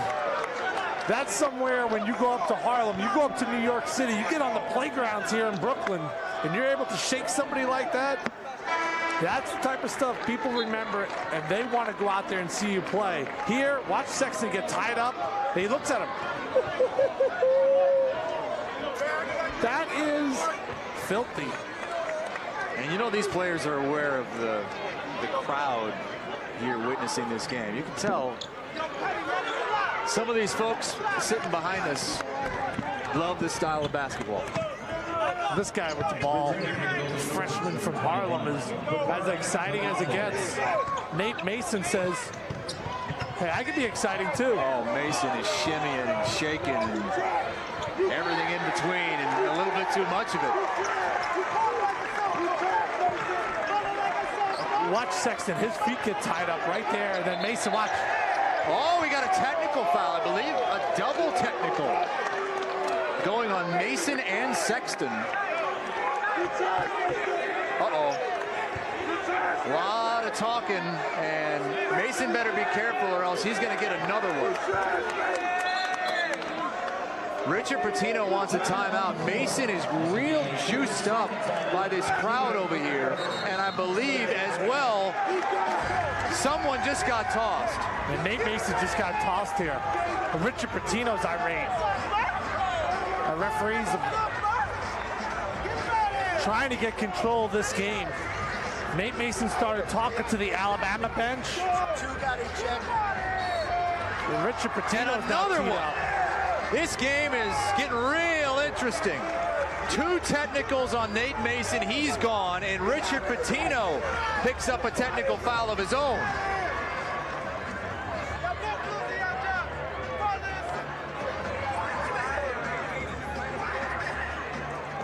I was blocked from the first technical.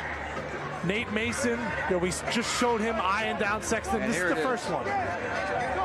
Now, Collin Sexton's supposed to be a lottery pick. Nate Mason is a guy, and you said this before, Chris, maybe doesn't get the respect on a national level. Even on this team, you talk about Murphy and you talk about Lynch, and then finally you get to Nate Mason. He's having a big half. He starts talking to Collin Sexton. There's the original tee. And then I watched kind of him go back to the bench a little bit before this, and he was jawing at Alabama, jawing at their coaches. He gets the second tee, and then you see Richard Pitino just fly off the handle. Oh boy, you got a double-digit lead, you're cruising, you're playing outstanding basketball. As a senior, Nate Mason, he's got to be smarter than that. And there's Rick Pitino, not liking what he's seeing right now from Minnesota. His son's team. Minnesota number 2, Nate Mason. That's his 3rd, team 6th, and Mason is ejected from the game. The announcement now that Mason's been ejected from the game, and the fans don't like it.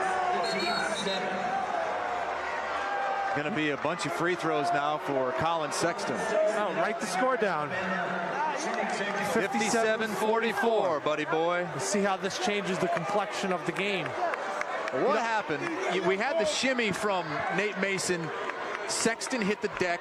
Mason hit the shot. Next time down, better defense from Alabama. Mason was trying to do something. He turned it over, so Sexton probably said, hey, I got you that time. Double technical. And then the problem is Mason just kept going.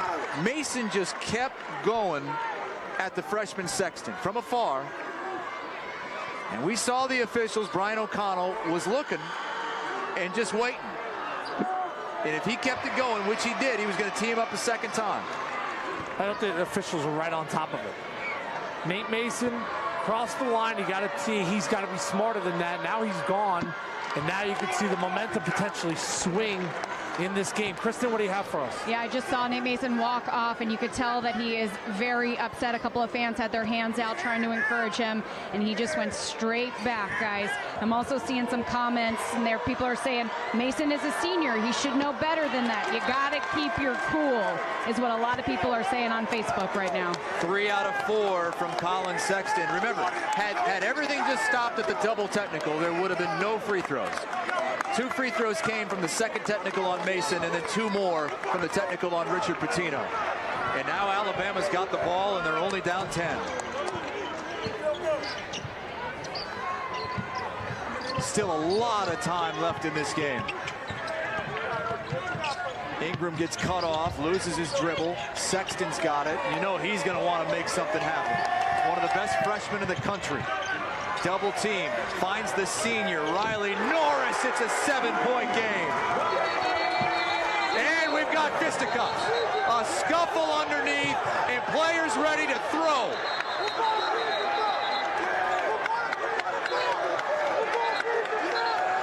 We have madness at the Barclays Center Classic between Alabama and Minnesota.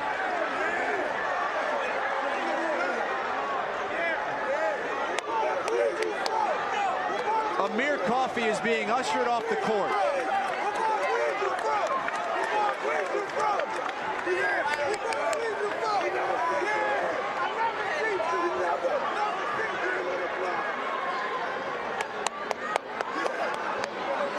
I think what we have here, Tim Doyle, is these young players getting a little too caught up in the fans courtside watching this game and wanting a little too much playground action. That's my take. You could feel the hostility in the building right now, and you can see Norris bury the 3 here, and watch underneath. That's Dazon Ingram tangled up with, looks like Dupree McBrayer. Hard to catch the numbers from that wide shot. We saw some Alabama players step on the floor. That's an immediate technical. Oh, well, the entire team is out there on the court. Every single player without warm-ups on is on the court for Alabama. That's going to be a messy situation for officials. You know, we've seen this at the NBA level. You step on the floor, you're gone. Let's watch that bench reaction. I mean, there's Hall. Dante Hall's out there. Avery Johnson Jr.'s out there, but he's trying to hold players back. Your point before about getting caught up. You know, I grew up in New York City, and this may be hard for you to understand if you're in Minnesota or in Alabama. You go out to the playgrounds, you get that crowd in there. It's so hard to explain. And a guy like Nate Mason, he got caught up in the moment. He's gone. 2 technicals. Richard Pitino, you see him getting caught up. And now it's starting to overflow onto the players. The crowd is heavily involved in this game. These are 2 top 25 teams. This is the best game in college basketball in all the land right now. And both these teams obviously really want it, but it's hard to explain when you're in New York, tensions are running high, meaningful game. It all started with Nate Mason and Collin Sexton, and now it's overflowed to everybody else on the court. Dazon Ingram got into it with Dupree McBrayer, and then John Petty, the freshman, came over, and he looked like he was ready to throw with McBrayer. Now, I'm not sure there was ever any swing out there, and that would be important. That doesn't mean that multiple players aren't going to be given a technical or rejected in this game. But I haven't seen anything on replay that shows anybody swinging. You know, the comments are coming across right now on Facebook. It's going to be interesting what they do as Daryl and Wade and Ryan all chiming in right now. What are they going to do with the Bama bench? And you step off on the floor, and they're celebrating, and you got walk-ons. You watch Hall. You can't be on the court like that and leave the bench. Hall leaves the bench. I mean, he's inside the 3-point line right now. It was close down there. There were a couple guys that had the hands up and were flinging. I don't know if you could call anything a punch. You can't leave the bench, though, Chris. Right. That's a whole nother issue. And that's why this officiating crew of Rick Crawford, Brian O'Connell, and Brett Smith have a lot to sort out. Remember, already 2 technicals on Nate Mason. He's ejected. Already 1 technical on Richard Pitino. In a game that's all of a sudden close, that Minnesota has controlled throughout. Led by as many as 18 points in this game. The referees are now looking for this shot, which we're showing you, of the Alabama bench. And we have several players starting to run out. Dante Hall is one of them. Avery Johnson is out on the floor, but he's holding everybody back, Avery Johnson Jr. After that, though, when things started to escalate a little bit more, then more players come off the bench. They all came off the bench at one point, like right here.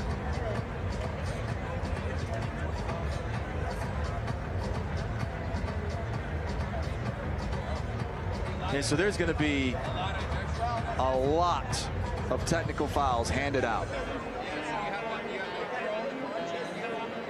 We just had Collin Sexton take 4 consecutive technical foul free throws. Well, I would expect someone on Minnesota is going to be shooting a lot of free throws right now. I think the Alabama coaching staff should have done a better job of getting out in front of their guys there, preventing them from running on the floor. I wouldn't be surprised to see 6, 8, 10 free throws shot right here from Minnesota. And as a player, I played in the Big East, I played in the Big Ten. You know you cannot leave the bench. But this playground-like atmosphere that's been created here has been awesome with the fans getting involved. But the players on the court, the players off the court got caught up in the emotion. This is not a playground game. This is 2 teams in the top 25 trying to go out and get a win that's going to resonate in March. And just utter chaos broke out.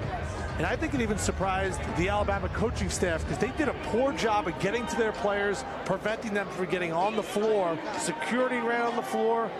And I've been a part of a lot of games at the college level as a broadcaster playing. And I've never seen anything like that.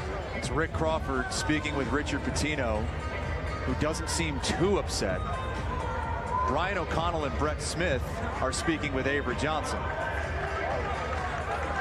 And we'll get an explanation from these officials in just a moment. Minnesota is jumping around now. They're all fired up over there on the bench.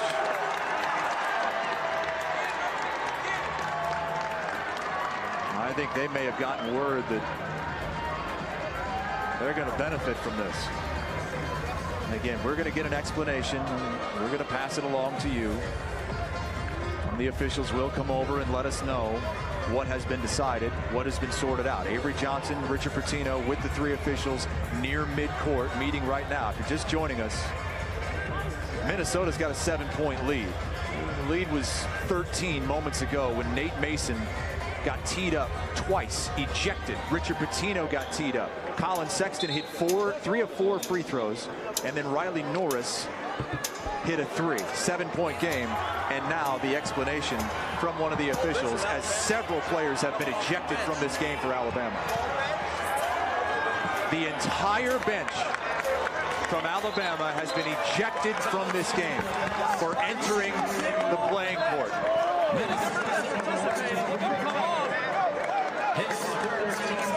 The bench is empty. Just assistants. And now the 5 on the court for Alabama are the 5 who have to go the rest of the way.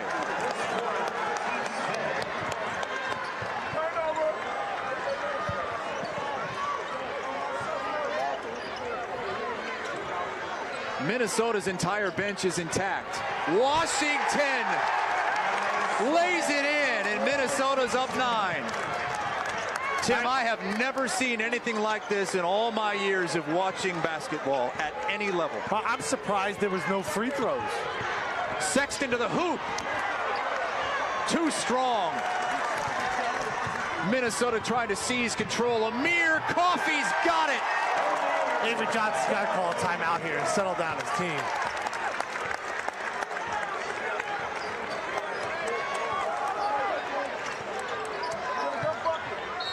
Ingram bumped. So Dante Hall, a starter, is gone. Another starter, Collin Sexton, still in there, along with starter John Petty. Galen Smith is still out there, but Herbert Jones is out. Avery Johnson Jr. out. Daniel Giddens out. Alex Reese out. All that's left, Norris, Smith, Ingram, Petty, and Sexton for Avery Johnson. In what has to be an extremely embarrassing moment for the third-year head coach. Think about this. Ingram has 4 fouls. Great point. But they may have to play this game with 4 players. Coffee. No good. Rebound to Smith. Still a lot of time left as Sexton scores. It's still a 9-point game. How are you playing this game if you're Avery Johnson? How are you approaching the rest of this game with 5 players? McBrayer short. Sexton runs it down. And there's a foul. That's Norris's 3rd. Now you got to really pay attention to the fouls. I mean, check out this bench right now. And again, if you're just joining us, the entire Alabama bench has been ejected from this game because during a scuffle on the court, everyone on that bench entered the playing court. When you enter the playing court and you're on the bench during a play, you're automatically ejected, even if you didn't do anything. So the 5 that were on the court for Alabama are the only 5 that are going to get to play the rest of the way.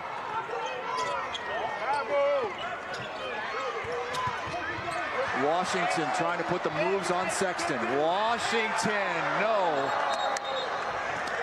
And a foul on the floor. And that's it. That is number 5. Number 5 on Ingram, and Alabama only has 4 players left. I've never seen this before in the history of college basketball. Avery Johnson is standing at midcourt. He cannot believe it. This is the under 12 timeout. It's a 61-52 lead for Minnesota, and Avery Johnson is now left with 4 players the rest of the way. In one of the most bizarre turn of events we've ever seen in major sports. Kristen Balboni, the 3rd member of our team, has had a courtside seat for this whole shebang. Guys, it's nothing like I have ever seen before, as both of you said, and certainly the commenters on Facebook. We got a couple of questions that we thought you could answer to help some of the commenters out. They want to know, first and foremost, what happens now? Tim? Well, you play with 4. There's no ifs, ands, or buts. This is it. The next question that everyone is asking is, why did Minnesota not shoot foul shots? Did we get any clarification from the referees on that? That's a big question on Facebook right now.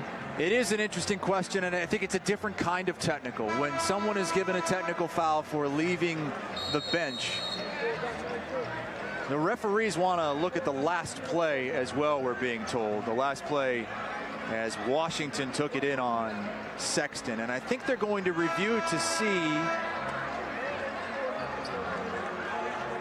if there was contact underneath.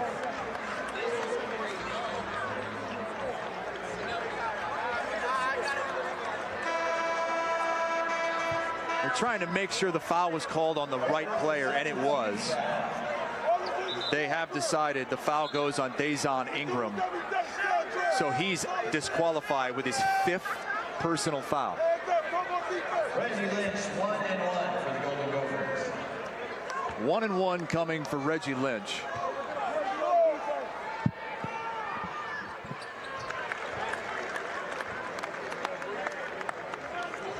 So here's a laundry list of the players who Alabama doesn't have. Dante Hall, Alex Reese, Daniel Giddens, Avery Johnson Jr., Herb Jones, now Dazon Ingram, and Lawson Schaefer, who was on the bench.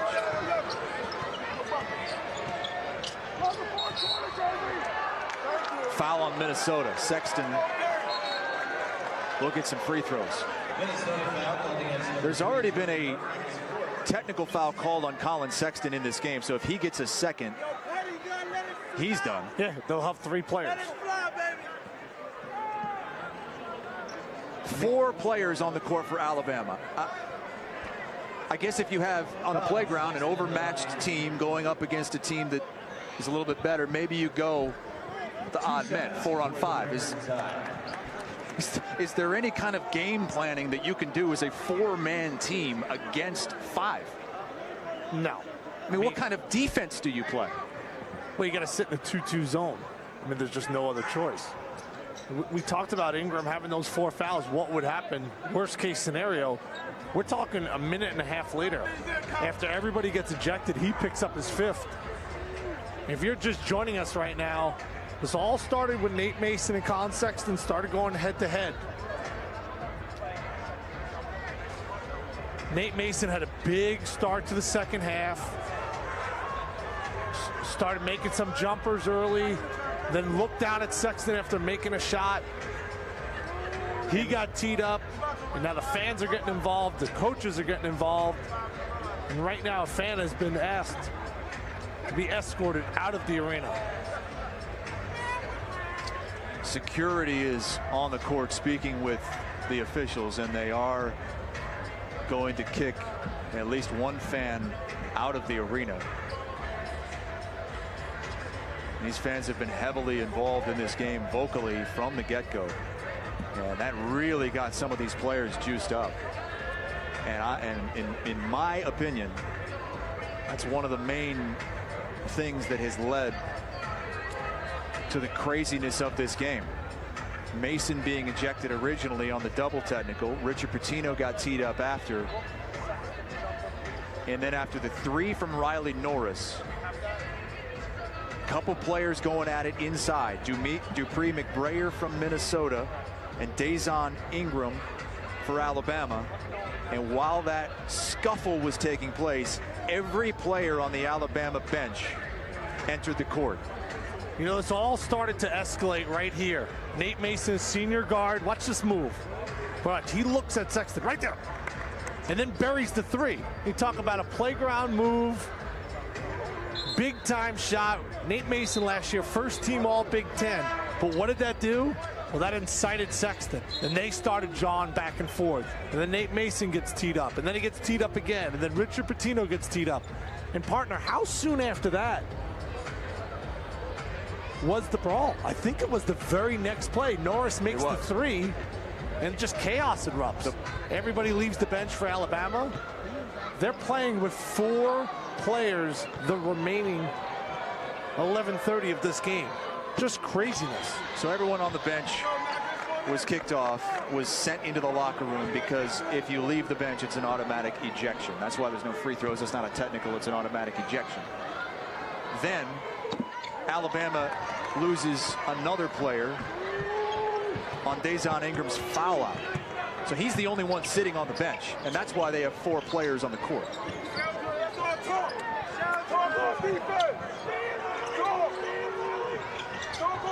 Still a 9-point game here, but I can't imagine any way Alabama with 4 players is going to be able to make a comeback in this game. But they still have Collin Sexton. Amir Coffey is coming. He throws it down.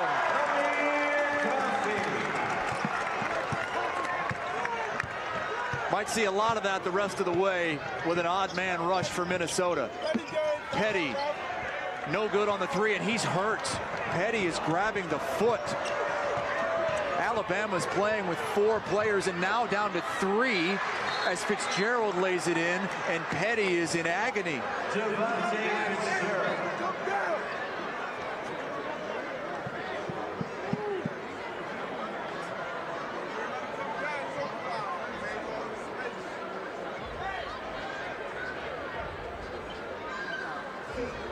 I am at a loss of words. Grabbing the right foot. He's in a ton of pain. And we'll see, he elevates on that 3. And he's going to come down right on Fitzgerald's foot.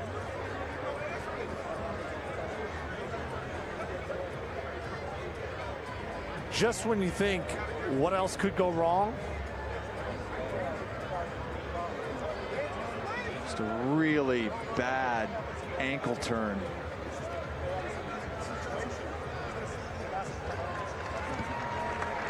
And you can't put any pressure on that right foot. Alabama is going to be down to 3 players, folks. And now the question is, if you're Avery Johnson, do you keep going with 3? I wish I had an answer for you. I really don't know what to say. Looks like they will.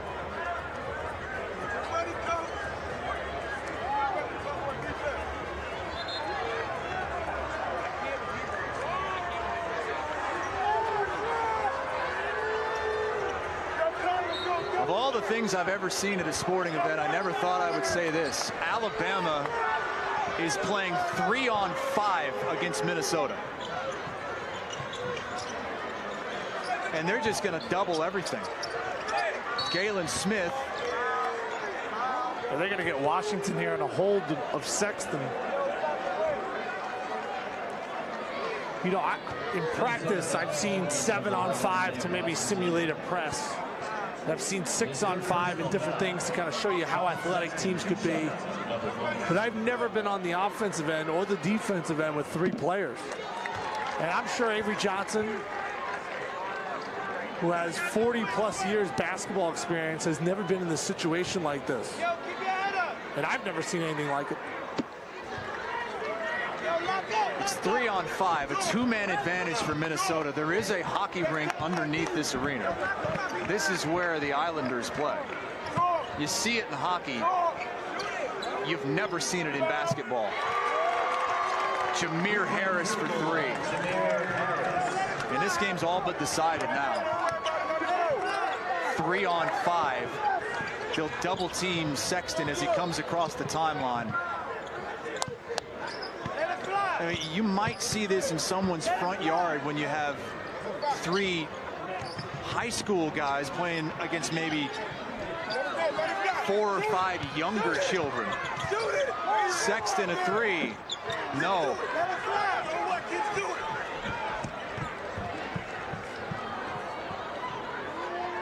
Another 3. Too strong. Norris tips the rebound to himself. Sexton looks gassed right now. He's going to be facing the double team for the next 9+ minutes of this game. Realize there's a lot of people tuning in, not even fans of Alabama and Minnesota, that may have heard about what's transpired here at the Barclays Center. Alabama is playing with 3 players because their entire bench was ejected for coming onto the court during an altercation. Alabama had another player, Dazon Ingram, foul out. That cut him down to 4, and John Petty just rolled his ankle and can no longer go. That is why Alabama is down to 3 players: Riley Norris, Collin Sexton, and Galen Smith. As many players as our broadcast crew. 3, Kristen Balboni. It's just unlike anything we've ever seen before. I'm monitoring the comments. Vicky says, been watching basketball a long time, and I have never seen anything like this. Jerry says, nobody looks good at this point. Minnesota isn't going to get credit for beating up a team 5-on-3. A lot of people are saying, you know, they've never seen anything like this. In Minnesota, all they're doing is taking 3s. Take a snapshot of this, folks. You may never see it again. A 3-on-5 major college basketball game between 2 ranked teams. 2 teams that were undefeated entering the game. Sexton able to get it to go. It's a 10-point game. Let's see what Richard Pitino decides to do. He has been okay with them shooting 3s. Washington takes a deuce.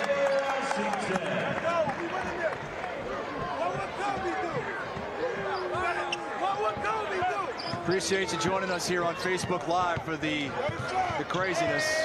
With Tim Doyle, I'm Chris Hassel. Barclays Center Classic presented by Continental Tire.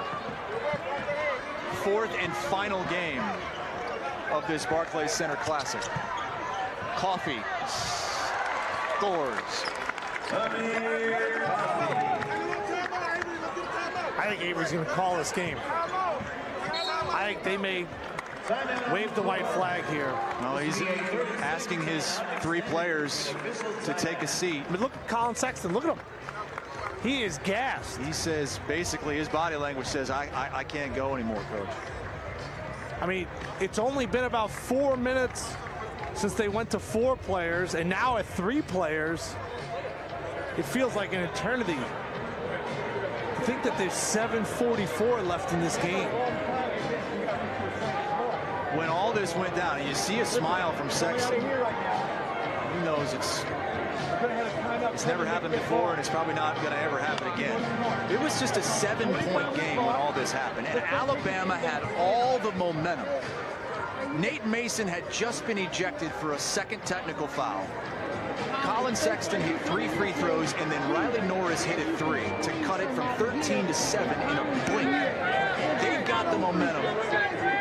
And then everybody on the bench forgets that you can't leave the bench during an altercation.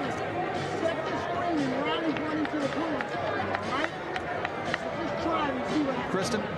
Yeah, guys, I just want to point out, as we see on the screen right here, Avery Johnson drawing up plays for his 3 players.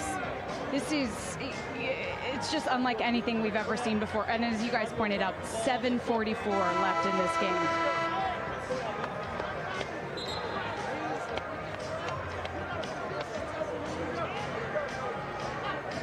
We'll show everybody everything that went down a little while ago here in this game that has turned this into a circus in just a little bit. So stick around if you're just joining us here on Facebook. We'll bring all of it to you. And Alabama forced to play the rest of the game with 3 players. Now Minnesota's just turning up the defense. They can take every chance they want.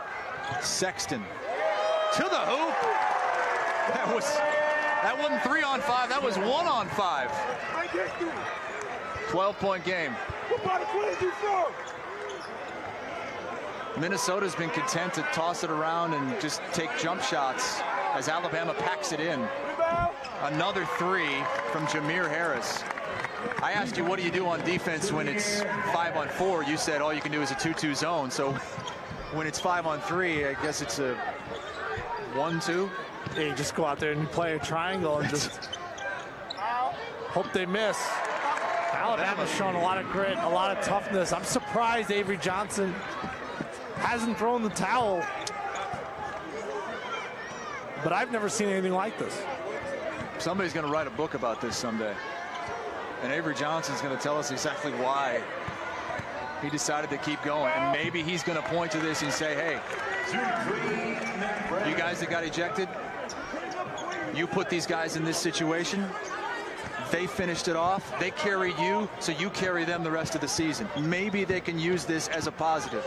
But certainly, this is going to be tough to talk about as Sexton hits the 3.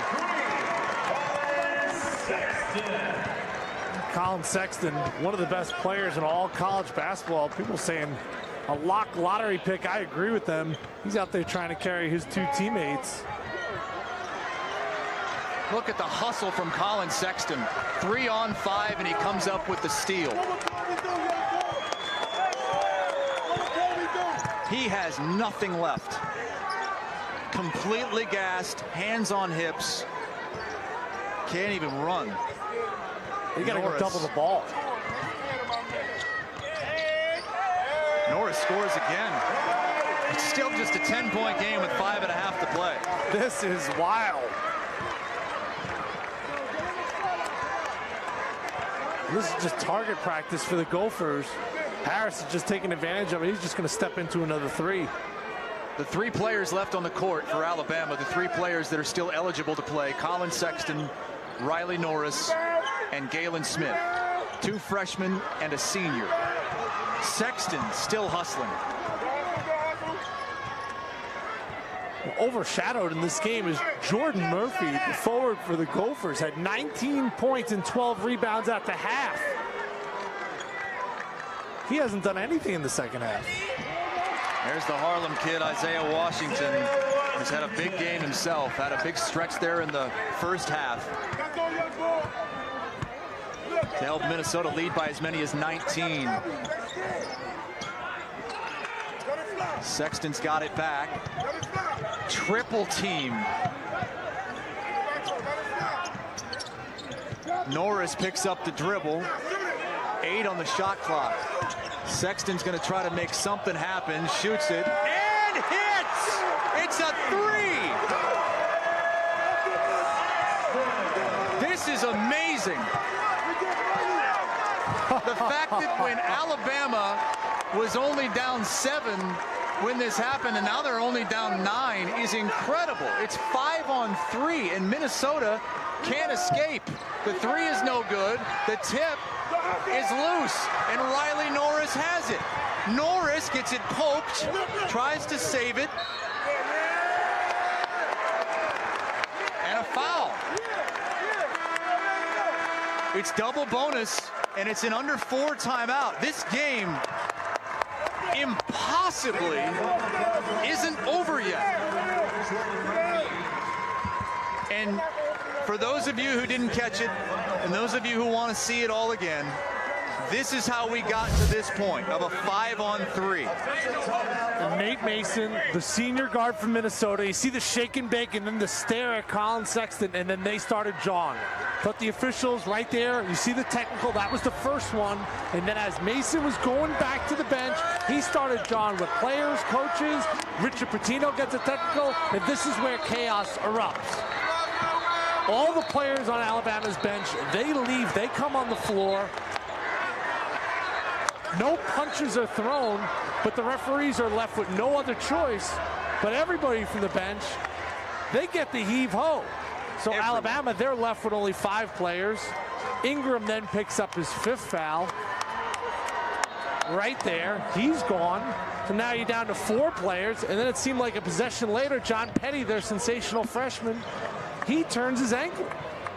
So Avery Johnson, who's played at the highest level, who's coached at the highest level, and is now coaching a top 25 team in Alabama. They're looking for a resume win, and they're playing with 3 players on the basketball floor, something I've never seen before in the history of basketball.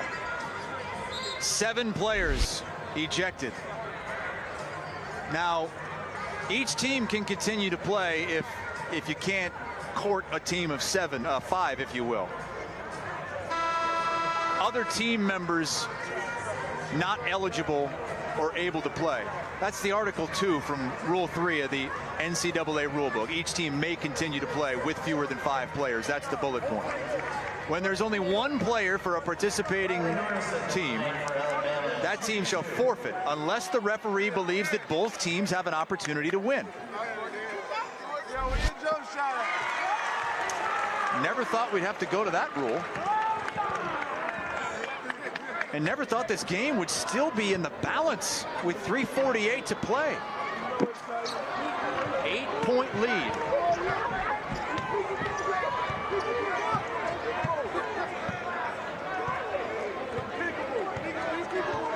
And now the Gophers work the clock down a little bit. Let's see. Richard Pitino's been okay with his players just pulling up, taking 3s, taking long 2s because they're all open.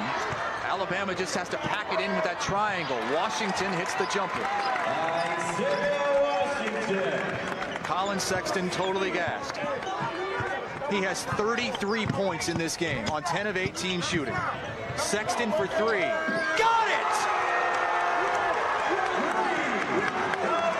What an amazing performance from the freshman Collin Sexton out of Mableton, Georgia.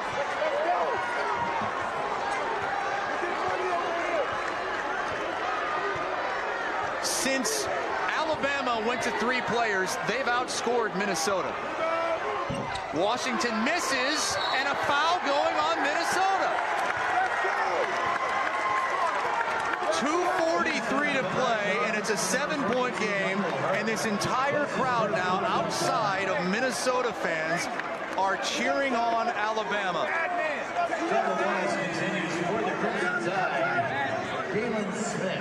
I don't even know what to tell Richard Pitino to do. You never practice 5-on-3. First free throw is good from Galen Smith, who didn't even play in the game yesterday.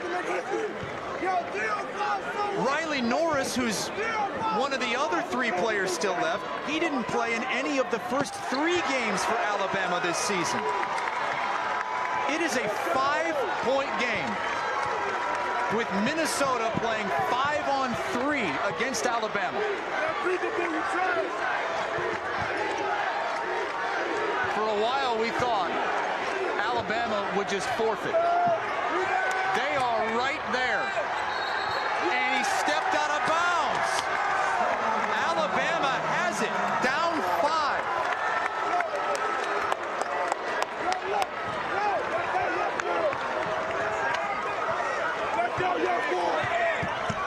Sexton gets a screen. He's got trying to get Norris and Smith out of there. Too strong on the 3. If that would have went down, this whole place would have come down. 36 points for Collin Sexton. 2 minutes to play in this game.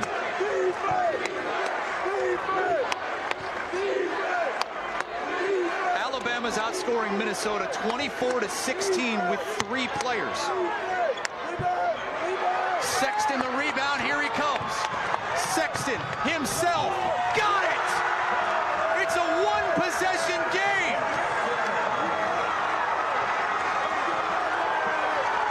This place is up for grabs. Sexton the rebound!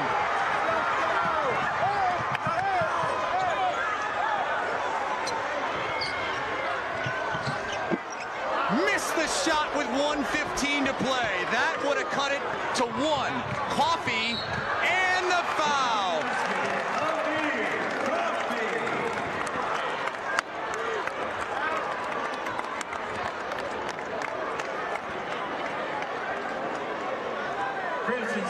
Minnesota back up 5 with 1:12 to play. This is one of the more courageous performances I have seen in the history of sports. 3 players. And not even the 3 players that you would choose to be on the court if you're Avery Johnson. He calls a timeout, down 6, 1:05 to play. Win or lose, and it probably will be lose. This is going to go down as one of the all-time gut checks in college basketball history. You know, I said around the 7-minute mark, I thought he'd wave the white flag. I thought he'd throw the towel. Hey, let's attack number 42. He can't move his feet at all. Let's listen to Avery Johnson talking to his 3 players. That's what I'm saying. I said, get this at the screen. Yeah. It's over with. Yes. But listen, this is the possession right here. Come on. If you're really good, if you're really hard, and aggressive, right? If you can't get this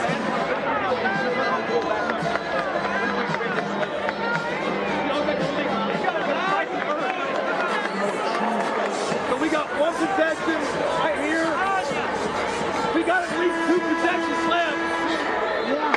So when you get this deep, get in the middle zone, and now we set it over here. That's how it's going to go. All right? Where am I at? Right here.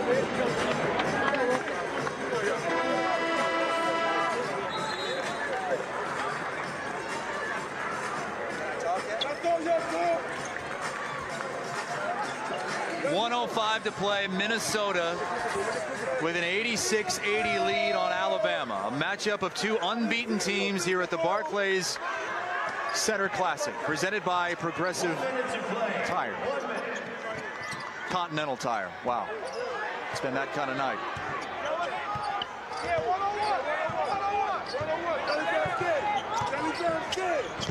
Sexton Down 6, 3 on 5. Dishes off. It's a dunk.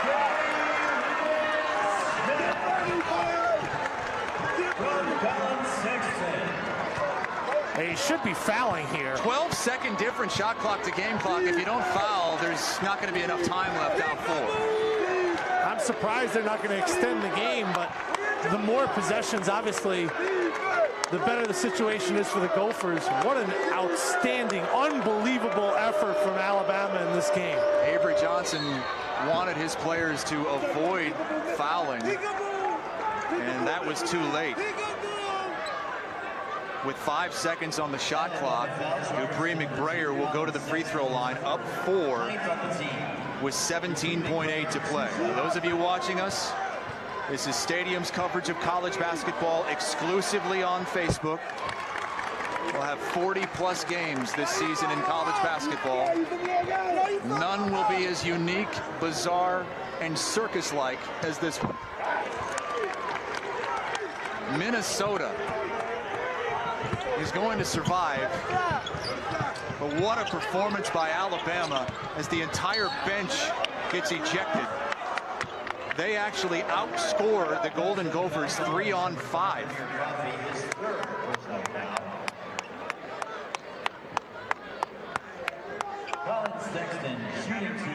Collin Sexton going to the line with a chance to reach 40 points. Sitting on 38.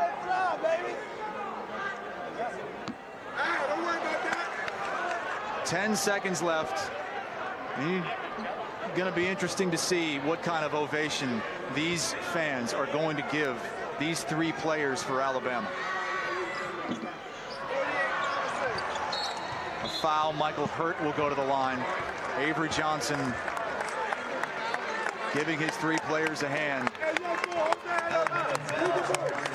The entire bench was ejected for entering the court during a scuffle. And I realize I keep repeating myself, but it's because we have so many people who are just tuning in because they've heard about what's going on. The whole bench came onto the court, so the whole bench was ejected. Alabama was left with 5 players on the court. The problem is, one of them already had 4 fouls. That was Dazon Ingram. He fouled out, and then John Petty injured himself, rolled his ankle. That's why they finished the game with 3. 0.8 left.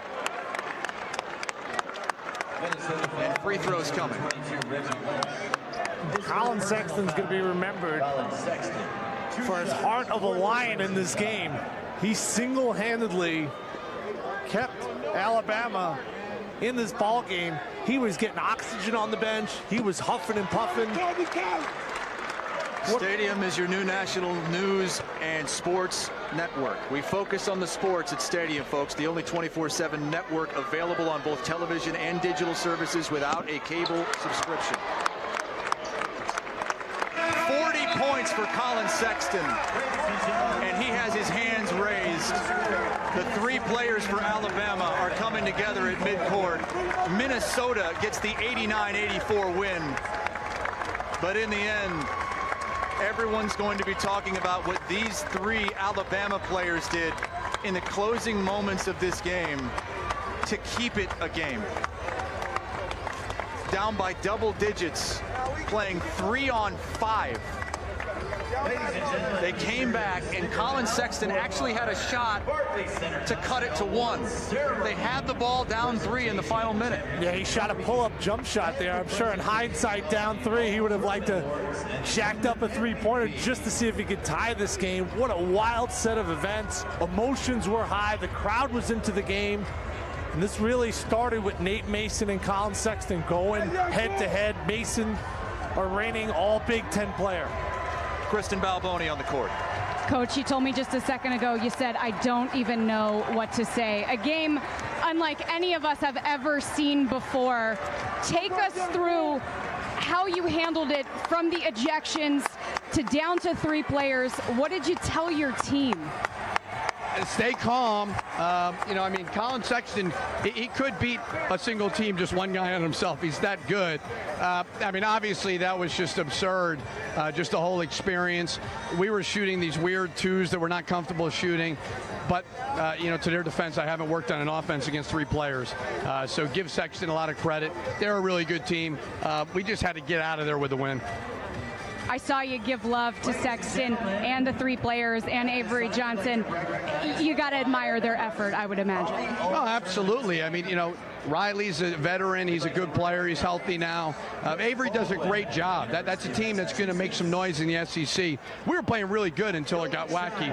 So that's taken away from a little bit. I'm really proud of what we did until it got a little crazy there. Did you think that you would finish this game when it went to 3-on-5? Did you think that you would finish out this game?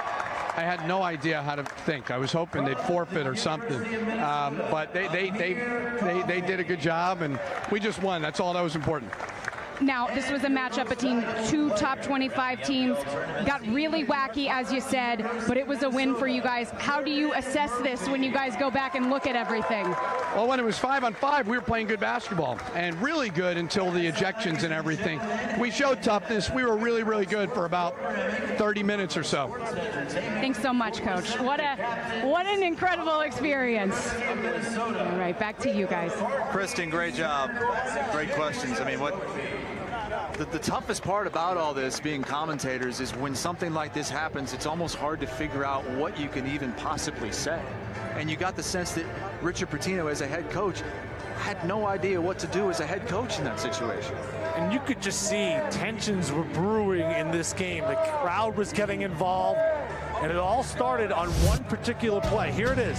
Watch Nate Mason. He crosses up Collin Sexton, and right there, looks at him, drains the jump shot, and then that opened up a whole box of worms. Then they started jawing. There's the first technical. And then as Mason's going to the bench, he gets tossed. He started cursing out Alabama players. Then Richard Pitino gets a tee, and this is where all chaos erupts.